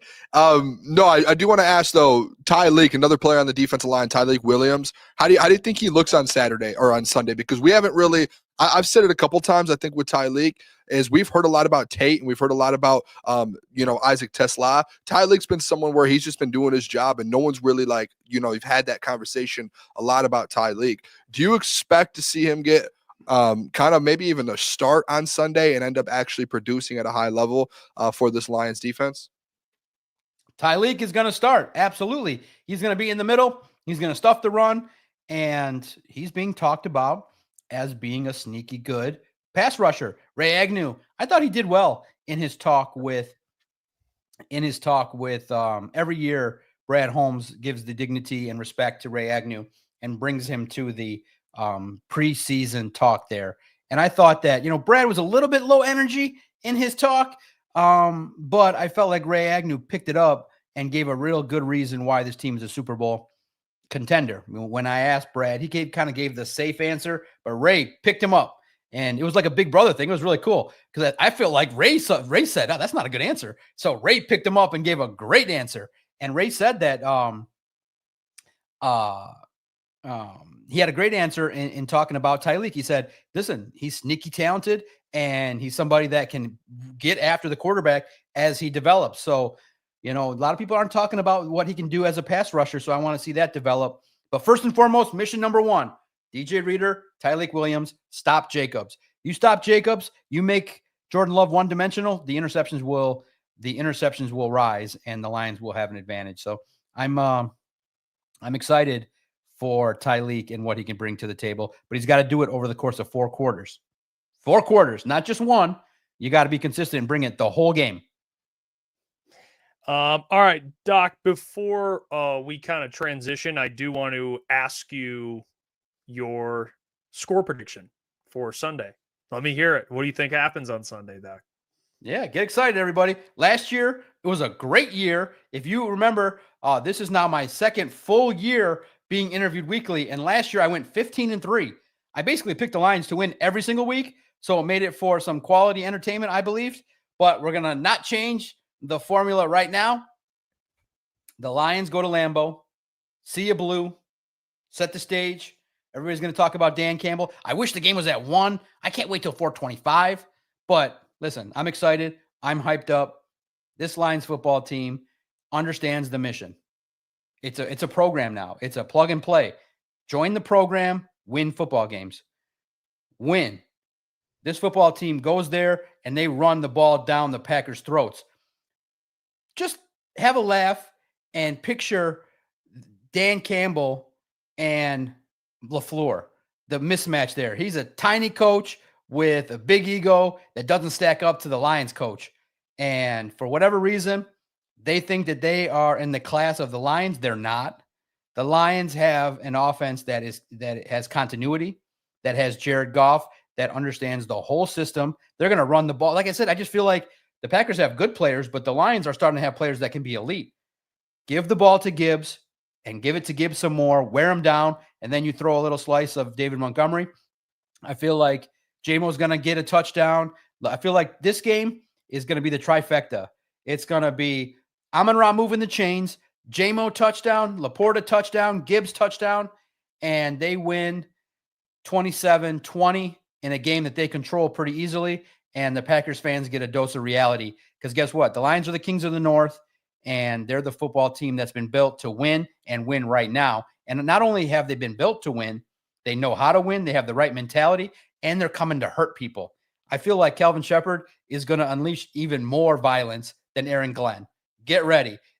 I feel like someone, Kirby, Terrion, Reed, Amik, someone's dancing in the end zone after a turnover. I feel it. It's got to be a good dance. I feel like could Terrion bust out and listen, I'm sorry, I'm hyped up because I watched all 8 I binge watched the Cowboys. I've read the Jimmy Johnson book. I was definitely enamored by the Cowboys. I grew up when the Giants and the Cowboys had their feuds. The 49ers, I grew up in that era. I love Dion, Charles Haley. My brain is like, oh my God, Dan Campbell thinks of J-Mo like Michael Irvin. I was all in that. And I'm like, is Jared Goff really Troy Aikman? Oh, I don't know. I was just all into fantasy land, but I'm like, score points, win games, kick ass. And I want to see swagger. And I hope that, we're not going to see swagger from John Morton. He's going to be up in the booth, but I feel like Kelvin Shepard might have some of that Robert Saleh in him. When things go well, I feel like we're going to see Kelvin on the field flexing, and that's what I want to see. So I'm hyped up, 1-0 start, run this division, and give no reason for the Packers to win. I want to run this division. I want to start the year 2-0. So 1-0, you started off, man. Hopefully everybody's as excited as me. Man, I'm excited for what the Lions can bring to the table. Jordan Love will be the Lions' biggest asset. All right, Q&A. We start off. Kevin says, are the Lions still confident Rakestraw won't completely bust out? Okay, that's important at the end. Bust out. Okay. Bust out. Yeah, listen, here's the tough part. 2 years of not producing at the highest level, not developing. It's tough, man. That's a pick that, you could use, but the Lions don't. The Lions are patient. Listen, the Lions aren't fans. The Lions and listen, we all know, Kevin, if you're a Brad Holmes draft pick, you get second, third, fourth chances. So Rakestraw, it's never a good thing when you're not on the field. So 2026, when he gets back on the field, he's got to produce, because the blessing of me asking, and some people were, oh my God, John, how would you ask Brad Holmes why, what he learned from Hendon and Broderick Martin flaming out and what they learned from it? What do you mean? Why would I ask that question? They had 2 big draft picks flame out. And so my question was, what did you learn? And with me asking that question, Brad Holmes gave a wonderful answer. He said, look, we can do all the preparation we want. We can research, we can do all the psychological work, but there is a component of risk in every draft. So that's why everybody likes free agents, because they're a finished product, because Brad Holmes just told you that they can do all the preparation in the world and 2 guys could still flame out because the draft is risky. It's a risky. Drafts are risky. That's why all the fans like finished products, because we know what we're buying. Draft picks, they're risky. But the Lions said there was a little nugget where Brad said, we've kind of changed some things a little bit and we learned some things. And I think they learned that, hey, if you need 3 years to develop, you're not coming here. But I feel like they're still confident that they can work with them to get him at least to be a player that he's got to get stronger. He's got to be able to withstand hits. And that's the next step in his development, is get stronger. Randall says, Doc, do you think the Lions should prioritize drafting Goff's future replacement? I've heard 6 or 7 guys that could be first-round grades. Oh, wow. It's a fast world, right? Goff is going to – unfortunately, guys, Randall, I don't want to break bad news to you, but when Goff restructures, you're going to hear numbers like he could add $45 million to the Lions cap. $40 million plus. But what that happens is you kick the can down the road for a couple more years. So I hate to say it. Look, I'm not a hater. I'm a lover. I'm not a hater, but I'm a realist. The Lions haven't showed any inkling, 0, that they can develop a quarterback. 0. What evidence did they show you that they could develop anybody in regards to the quarterback position? Goff came ready-made, and he worked with Ben Johnson. That's good. He did develop. That was a relationship, but Goff had years of experience, was a former number 1 overall pick. So he came with some talent. But besides that, I'm not real confident that the way in which the Lions are approaching it, it's basically like Goff's party. Goff's on the yacht, and everybody else is on the paddleboard. So I'm not confident yet in what the Lions could bring to the table. I'm comfortable with just Goff for now, and maybe some veterans along the way. If you can find somebody that could be, maybe it's Bryce Underwood. Based on what everybody's talking about, it could be Bryce. You never know. But for the Lions, I just need to see what it looks like now with Allen and Beathard as the backups. Oh, I want to get your thoughts on this one. Is Red Zone cooked? Whoa. Commercial-free football, Doc. Commercial-free. To me, listen, man, everything can be sold. Everything can be monetized. I'm not surprised that they're taking commercials. I mean, I was, enjoying the 6 o'clock collective every single week. It was commercial free. It was uninterrupted. And today I was sitting back, watching, drinking, chilling. And all of a sudden, Hefe's reading some ad about something sleepers. And I'm like, you push buttons to gamble. I'm like, come on, you guys got sponsors already. I was like, everything is sold. No, but I get it. The 6 o'clock collective is such a good. The 6 o'clock collective. What a way to put it. Out there going, I got some ads for you guys. Please get the best is Hefe. Please gamble responsibly. And if you do, come on, can I get a free plug? But if you can't, you can give a little wink that nobody knows. You'll just be like, please, everybody, gamble responsibly. But if you don't, I got you covered. Don't worry. No. you damn it, Doc. This is how you get people on my ass, Doc. This is what happens. So wait, you got it. You got it covered. You just send them my way. I'll send them. No, I'm sending them your way. Yeah, exactly. That's what I'm saying. You got it. It's a wink nod that you know somebody that will take care of the problem. So listen, I don't care. Everything's commercialized. And for me, it's Michigan owns Ohio State. Here's the joy of football for me, but here's the part that's tough. I have to watch the Lions, and then afterwards, now there's going to be YouTube shows and written content and videos I got to do. So it's very rare, the bye week, it's very rare for me to be able to just sit down, watch Red Zone, and fully enjoy it, because I'm always peeking into the Lions, and I'm a professional watching the Detroit Lions. So I hope you guys like it. I feel like just understand that everything's commercialized. Everybody's looking for the last dollar. I don't think it's cooked. Listen, all I could say is this. I wrote a story, and a couple others wrote it too. The average ticket, the average price for a family of 4 to go to the Lions is the highest in the league. It's $1,800 with 4 tickets, 4 hot dogs, 2 beers, and parking. And the place is packed. So the NFL is king. They squeeze every last dollar. And that's unfortunately the law of supply and demand. They have something in high demand, and there's a lot of people paying it. So you're going to see commercials in the Red Zone. You're going to subscribe. You're going to complain, but you're going to watch it. Hands down. Now, Doc, I'm not going to let you get out of here before I ask you about this past weekend in college football. You said you and your boy Adam talked a little college football. What'd you think of Bryce Underwood for Michigan here? I mean, you're a Michigan State guy, which we'll get to them in a second here. But what'd you think of Bryce Underwood's debut over there in Michigan for the Wolverines? I know Boone was fired up about it. Yeah, it was. Listen, I did not think I was going to be as excited for the college football season, but this weekend was beautiful weather. I got to stay inside a little bit. And I watched because I was interested in Archie Manning. Clearly I'm sicko. I'm like, could he be the next quarterback for the Lions? Clearly Matt Patricia. I had said on a post several years ago, I had said, it feels like to me, Matt Patricia could be a better college coach. And everybody was laughing at me. And I was like, I feel like that kind of nonsense works in college so much better. And what a game plan he put together.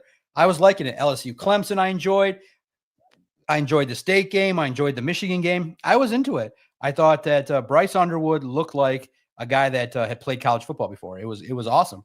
It was nice to see him. Hey, Michigan found out that there's a quarterback that actually could throw a forward pass with some zip. That was nice. I thought that was very impressive in what he was able to do. I thought that New Mexico kind of got a little momentum building. there with some of the special teams errors, but then when the key third downs needed to happen, I felt Bryce Underwood showed poise, and I felt like the Michigan Wolverines, their offense, I feel if they could just take it a step further in their, calls and the next level of their offense, it seems like it's a standard type of offense that could use a little bit more pizzazz and spice, but I don't know if they have the over-the-top deep threat that they need, but they still got a nice tight end. They got a nice running game. And listen, it's Michigan football. Is it the most eloquent? No. But Bryce Underwood, that's a good start. It's a great test moving forward. I want to see how that looks out there at Oklahoma. And then for the Spartans, look, they took their foot off the gas for whatever reason. It wasn't as pretty as I thought it would be. I thought that the Spartans would showcase a little bit more. Hey, they got another receiver outside of Marsh, which is good. I just feel like, okay, it looks like a team in year 2 with a complete rebuild. And the Spartans are a long-term project away from being relevant. And I'm more of a top-down guy. I'm looking at a lot of the top 12 teams. But the Spartans, you always pay attention, and you hope Childs be just a little bit better. But I'm excited to see the Boston College game. Those are 2 nice tests early on, but college football got me into it. I was like, man, I'll be at the big house for the big games. I'll be at Michigan State. I'll be at Michigan, Ohio State. I definitely make my presence known in the college scene. And it's a great opportunity to listen. It's a fun atmosphere. And I think that people's thoughts that the college football would be broken apart by NIL, it's really actually made it better. It's kind of equaled the playing field a little bit more competitive. The SEC gets knocked down a little bit. I love the drama that after one game, all the memes that were created about Alabama's coach, it's bad when after 1 week they're doing the AI, Kalen DeBoer. Yeah, they're already pulling it out. Those were funny. And the Alabama fans flicking off the camera and all that fun stuff. It's into it. So I'm very much into it. I'm a hardcore football fan, and college football is in the mix. And some could even argue that when it gets down to the nitty gritty, college football might even be a little bit more entertaining and passionate than the NFL. Go ahead, Bill. What are your thoughts on the Bill Belichick stuff, Doc? He's done? Doc. Week 1, it just feels like week 1, it was like he's kind of cooked at this point. They brought in 70 new players, which is nuts. Right. But it just did not look right. It's that's just tough because it takes time. Year 1, people are not going to understand. Look, the talent level was clearly at a disparity. TCU felt disrespected, and boy, did they bring out the trolling afterwards. The social media team definitely had some fun. But look, first and foremost, I don't got to see blue balloons around Bill Belichick. Listen, I feel like that he went down the rabbit hole of focusing on his significant other. And I feel like that's too much of a distraction, and too much noise around football is never a good thing. And I'm seeing way too much of his significant other. I don't need to be seeing all that much. I just feel like, and UNC is not going to be relevant this year. So just weather the storms, take your beatings, and let's see if he can adapt, if he can last one more year in college football. What about your Spartans? Yeah. Like I said, we were live during that game. Yeah, here's what's tough, man. The expectation for the Spartans is, can you eke into a bowl game? Can you get to 6 wins? And it's a maybe. And people are like, well, you hope the defensive line, it's all about the trenches. I feel like the offensive line could be a little bit more stout. I like their tight ends. I like the way that Childs can, I like his athleticism, but his accuracy's got to improve. I just feel like across the board, they need like 5 more impact players. So it's developing. And what's tough is what I told Adam today on the podcast is with NIL, it makes it more difficult because not only do you got to go recruit others, you got to recruit your own guys to stay. And whenever Michigan State has some opportunities to get some guys, they're going to be in competition to lose them to other teams. And it's a game you got to get ahead of, and they're getting there. They've realized the importance of money and how much you got to sprinkle it across your talent. But I just think they just need a little bit more talent to get to 6 wins. It's a maybe. I'm right around 6-7 wins for the Spartans. I'm impressed. Hey, any win's a good win, and we'll take 1-0 any day of the week. And now I'm hoping that they can that game against Boston College was competitive on the road. Now I hope that this next time against Boston College turns out in the Spartans' favor. 6-7 wins. That's hey. At least you're in a bowl game, Doc. Hey, I'll take it. I'll take it. Remember, the Spartans went with Mel Tucker. They invested in a guy that couldn't, maintain the integrity of the program. And Tuck coming, but it's supposed to be on the field, not in your bedroom. Okay, this guy's unhinged. Doc, we love you. We appreciate you as always, my friend. We'll see you next Wednesday. This is the start of the NFL season here, Doc. Let's go, Doc. Post game. Doc, this was our first full off season with you, Doc. So we appreciate you. Can I ask a question real quick? Go ahead. Yeah, go ahead. I know the NFL season starts tomorrow night, Doc, and I don't know. Are you allowed to play fantasy football? Yeah. Oh, you want to hear a crazy story? What I tried to pull this year? I almost got kicked out of my fantasy league. Let me tell you what I did. I said, okay, so I'm in one real league where I'm trying super hard with Adam and the family. A family league. We pay money. It's good. I'm serious. Okay. So now I'm in a free league with my nephew, and my nephew started this league only to, you know what he did? He started the league only to be able to tell his friends that his uncle who writes and works in sports sucks at fantasy, and all the family are in it. And they're like, and I'm like, listen, I'm so locked into the Lions that I'm not as great in fantasy football. So, but do you think that stops me from talking junk? First 2 picks, I'm like, this pick's trash. I talk as much junk as possible. So I said, fine. In this draft, I had, because last year I had the 10th pick. I finished in last in this particular league, and my nephew won it. Congrats to him. We've got a nice belt, which I supplied, a nice belt, and I made him feel good. And he took pride in the fact that he was in a sports fantasy league with his uncle who works in sports, and he got photos galore, and I was very happy for him. So I said, this year, I'm just going to reach for everybody. So I had the first pick, which is very smart. I took Jamar Chase. And then I said, you know what? Let's get wild. So then the next pick I had was 20 and 21. I took T. Higgins and then Joe Burrow. So I said, I'm going to roll with one offense this year, and let's see what happens. And then I reached for everybody. I have all the best.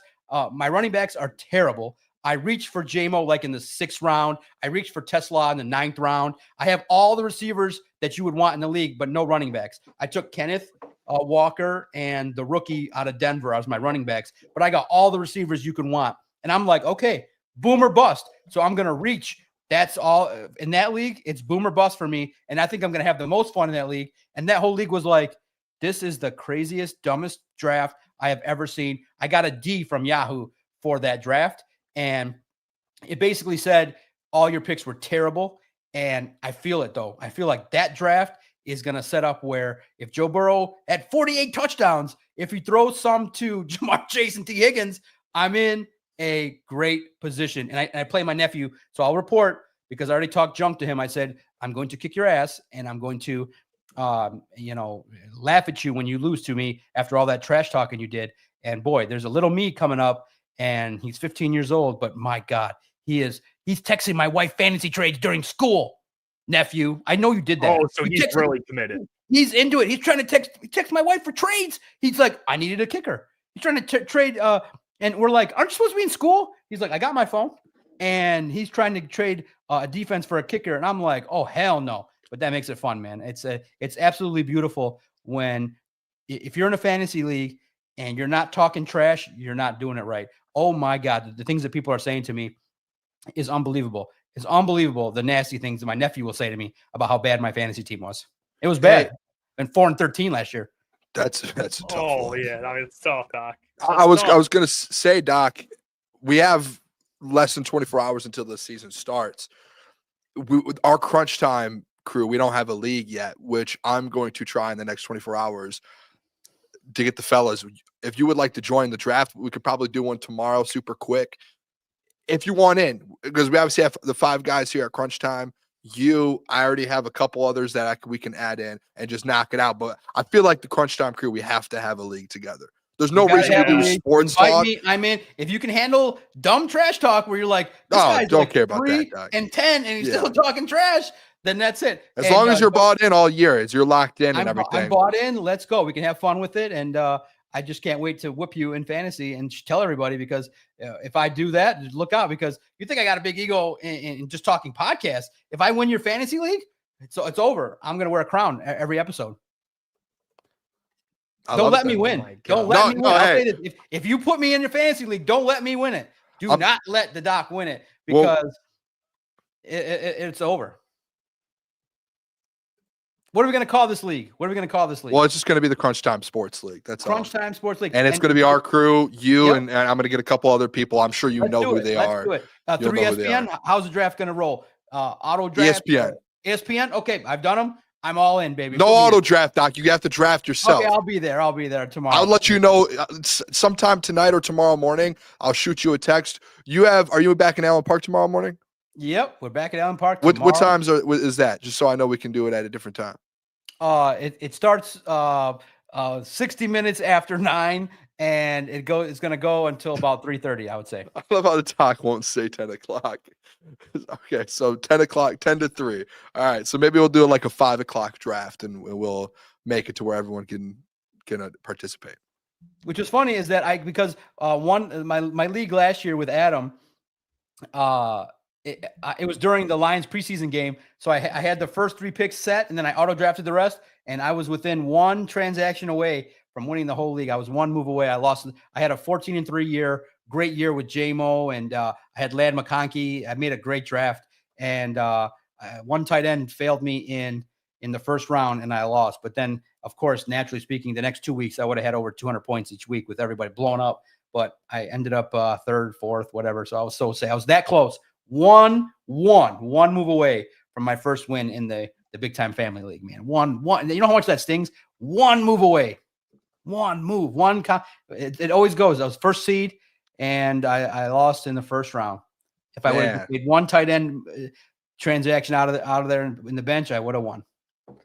Yeah, Doc, there's always the woulda, coulda, shoulda. I think, Doc, you're pretty. I feel like you're a little sleeper in fantasy. No pun intended, by the way. Maybe. This guy's a little sleeper. I don't want to Maybe. smoke with the Doc. I don't. I could see you being pretty good at it. We appreciate you, Doc. We'll talk to you next Wednesday, my friend. Keep up the great work. You guys can check out Doc on YouTube. Of course, Detroit Lions on Sports Illustrated. He posts every freaking day. He's killing it, absolutely crushing it. And check out Detroit Lions on Sports Illustrated because he's posting articles every single day. He's doing some great things. He's a content guy. He's an article guy. He's a podcast guy. He's a maverick. Someone called you a maverick earlier. Is that fair? There you go, a maverick. I I appreciate you guys having me. I look forward to Playing for Wednesday. Nico Harrison. More than you know. And Booner, I will say this. There is such a thing as sunscreen. When you go out in the sun, the mission is not to come back looking like a tomato, brother. This is on air. I've been sick for 2 days You because are of on it. air, and you got to look Mediterranean, not like a tomato. Yesterday, you might want to kind of do some post work or something. Yeah. But today it looks a lot better. I don't look as red today. I look a little Looks a better. lot That's why better I today. try to tell people I get red and then it turns into a tan. The first couple days was really bad. It was bad. All right, DOC. I look never fine gets- today. never gets Love you, that right. Doc. There you go. The DOC joining the program here. Sorry for my internet, man. It's just I don't know. I think I'm Dude, getting it's in your sound. It's just everything about you today. You're off, man. It's fine though. Yeah, it's a bad just a bad performance, man. You know. I don't know. I'm trying here. I'm battling. I don't know what's going on with me today. But appreciate you all for staying with me. I think Yeah, Davenport's we got hacking some me. mailbags. I think I'm getting hacked. John Hughes mailbag. Who has more sacks this season, Aiden or Mike? Micah. Aiden Hutchinson. He's gonna have 20. Been saying it since May. Yeah, I think Aiden has probably 16, 17. I think he'll have max like 16, 17. I think Micah's probably going to get like 13. I think he'll have more than Micah by a couple. You know, because Micah hasn't had one of those seasons yet where he has like a TJ Watt type of year. Neither is Aiden, but I like Aiden. I just think Aiden's it's based on kind of how he started last year. I think it's going to continue. So I'm more confident in Aiden by a couple sacks, probably. I think it'll be close. Michael Mailbag, are you more nervous about Johnny Mo's play calling or the end opposite of Hutch? It's a great question, actually. Did we lose Jeff? Are you frozen? No, I'm just thinking. Oh, gee, dude. I mean, your thought, that was nuts. You looked like you absolutely froze. That's a great question. I would say the opposite of Hutch, to be honest, because I think Johnny Mo's play calling, it can't be like, yeah, there can be some struggles with it. But again, it goes back to at least you have the weapons offensively. The other edge rusher, you have Marcus Davenport, who is proven to get hurt every year. So it's like You have you know what you're getting out of Johnny Moe, at least. You do. You have an idea. Yeah, I might go Johnny Moe, man. Just because I got to see. I'm a little more, not again, it's just what am I more worried about? No, I got to go Davenport because of health. I don't even know why I said that. Yeah, Davenport because of health. That's crazy that you even crossed your mind. Yeah, honestly, I didn't really think about it. I guess health, which is crazy. I can't believe I'm saying this. I guess I just took it as like, well, I think they're, Dude, there is a world, and this is going to sound crazy. It's health. There's a world where I think if I took over the Lions play calling with the weapons that they have. Don't do that. No. I mean, I'm not going to say that they could be the best in the NFL, but like we're going to win games. I doubt it. Give me a month. Like, give me a whole training camp with these guys to learn the playbook and what I need to know, and I would be able to figure it out. No, because that would mean that you would in a month has no faith in me. No, I got faith in you, Boone. But there's coordinators that didn't work out that have been in football for 30 years. Yeah, but those coordinators didn't have the offensive weapons that the Lions have. There's been good coordinators with good teams that haven't worked out. Not this good of a team. And you're saying Boone, with a month of learning everything in the NFL, could be better than those guys. I just need to know the playbook. Let's sit down for a couple weeks and then walk through this playbook with me, and we'll be good. By the way, Randall Smalls, appreciate the $5. Sorry we didn't get to it earlier with the DOC, so I didn't want to interrupt him talking. But he said, thank you for the $5. Congrats to Cody White, MSU alumni, and my old coach's grandson for making the Seahawks 53. Shout out Cody White. There we go. Shout out Cody White. Appreciate that, Rando. Burning Issues mailbag. If the sky couldn't be blue, what color would you have it? What a question. What? If the sky wasn't blue, I would have it. White. White? Yeah, just white. What giant clouds? It's like clouds. Yeah, it's just one big cloud. I have it like orange. Or no, it'd be the sun. Oh, like a sunset or like a sunrise. Yes, dude. That's actually. That's actually. Yeah, if it's not blue, let me get that sunset color. I'm good to go for the rest of my life. That's just like you're just always sitting in beauty. You know what I mean? Yeah, I like that. It's just like beautiful colors every day you wake up. Matthew Evans says mailbag will Ratledge be Pro Bowl worthy this year? I got a good feeling about him. No, I don't think he'll be Pro Bowl level, but he's going to be a Pro Bowler for many years in his future. He has that type of potential. I don't think year one. No, he's not going to be a Pro Bowler year one. I like the confidence though, but he has that type of potential. He honestly, someone brought up like a comparison to him of Quentin Nelson, which is like kind of which Quentin Nelson went significant. He went higher in the draft. He was a better college player, but he has like I can see why people would say athleticism, size, like, he's nasty. I can see him being that type of guard where he's a really, really good guard. So not this year, but in the future. Yes. Imagine he was this year as a rookie. That'd be crazy. That'd be crazy. That'd be crazy. That'd be good news. That'd be great. And he's a 3rd round pick. It's not even like he's a 1st round guy. Yeah, I mean, Burning Issue says, Boone, if you're the OC, you make the playbook. I would just use Dan's playbook. Dan, what do you have, Dan? I'm not making the playbook. This guy, you didn't even think about that. You got to make the playbook. You got to make the play. I'll hire people to do that. That is actually what you have to do. But I'm calling the plays though. I just need Dan's playbook and we're good to go. Clears your count says, what would be disappointing? What would be a disappointing season for fans when it comes to Davenport? Is the question I have. Disappointing. It'd be him just getting no sacks and getting hurt again. Yeah. If he has the same season as last year, that's disappointing. Yeah, it would just be him not finishing the season. Even if he was productive and got hurt, I think fans would be even more mad. Because it's like, dude, it's like you got to take, like, you got to see. Like, you got to see him ball, and then he gets hurt again. You're like, dude. Not ready for the playoffs, and we just don't have him. And now it's just like Hutch and AQM in the playoffs. Real quick, Dalton says, play call. I just get the fuck open. That's funny. Oh, that's fun. That's actually hilarious. ETN Lucas, who do I start this week? RJ Harvey or Tyrone Tracy? Says PPR. If I'm being honest, Tyrone Tracy. Yeah, I think RJ Harvey's going to be a start at some point. With rookies, unless it's like Ashton Gentry or something. I'm Should I start Matthew Golden? That was someone I actually had that where question. Battling. I'm really battling. Chat, what do you think? Should I start Matthew Golden? Who else do you have though? It's him or Jalen Warren. Jalen Warren. And they got Caleb. They're Johnson facing the too. Jets. Okay, I struggle. Jets. Jalen Warren. Jalen Warren against the Jets or Golden. against the I Lions. almost would say Jalen Warren. I think Matthew Golden's going to be really good too. I have him on one of my leagues too. I think Matthew Golden's going to be like extremely good. I don't know. I'm struggling with that one. He's wide receiver 1, and it's not close too. Honestly, Matthew Golden would be a good one. I just don't know. It's a flex spot. I mean, Matthews projected 12.3, and then Warren's projected 13.5. That's a good one, yeah. But I just The think thing with is, the though, injuries it's with- like, yeah, like Matthew Golden's going to get his because Jaden Reed potentially is out. No Christian Watson. Who else do they have to throw to? It's going to be. Yeah, it's not a lot. He's going to get his But then my luck, like Jalen Warren will get like 25 points or some shit. for sure. I swear to God, I don't know what to do. Yeah, that one I'm gonna have to really like think about. That one's tough. The Jets would not allow very much rushing. Oh yeah, Peaceful Tim. Yeah, see, that's a good point too. Like run defense. I don't know. Run defense. That's tricky. Lucas says, "Do I trade JSN for James Cook?" Ooh, I would. I guess it depends on who your other wide receivers and running yeah, I backs got to are. see your team. I love JSN this year. Yeah, I like James Oh, Cook. he has though. Neighbor and JMO. Ye- Ooh, then that might be something you might consider. Then honestly, Who are the running Neighbor. backs though? Yeah, oh, that's true. Who's your running backs? Because James Cook's going to That's get the 15 question. TDs, total TDs, 1,000 yards. But they have he doesn't get a ton of carries, but he always is productive. But JSN's going to get 6 catches a game, dude. Like he's such a stud. Sam's going to love him. He has Derrick Henry and Aaron Jones. Oh, maybe I do like James Cook because Aaron Jones gets hurt a lot.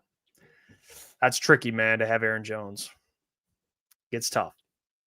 All right, we'll get out of here. Appreciate you all. Have a great Wednesday night. We'll be back tomorrow, Thursday. We have a special guest joining the show, too. Packers beat writer, helping us kind of get the Packers side of Is it our things. Packers beat writers from last year? Yes, we have. I'm not going to say who it is, but it's a good guest. We have, honestly, too. I'll say this. Just to tease the people here. There's 200 people here. Friday, I think we have our biggest guest of all time.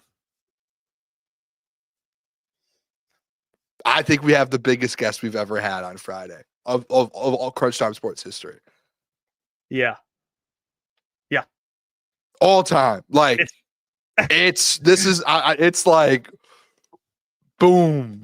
It's a bomb. I'll tell you what. People are going to be a little shook. They're going to be like, "Wow." Yeah, no, it's going to be a good one. ETN said, "Can't tell if you're being sarcastic." This is zero sarcasm. The biggest guest we've ever had. Bigger than Trey Wingo. It's okay, it's gonna be a good one. We'll get out of here. Appreciate you all. Hit the like button on the way out. We will catch you tomorrow. Until then, stay blessed. Peace. Love you guys.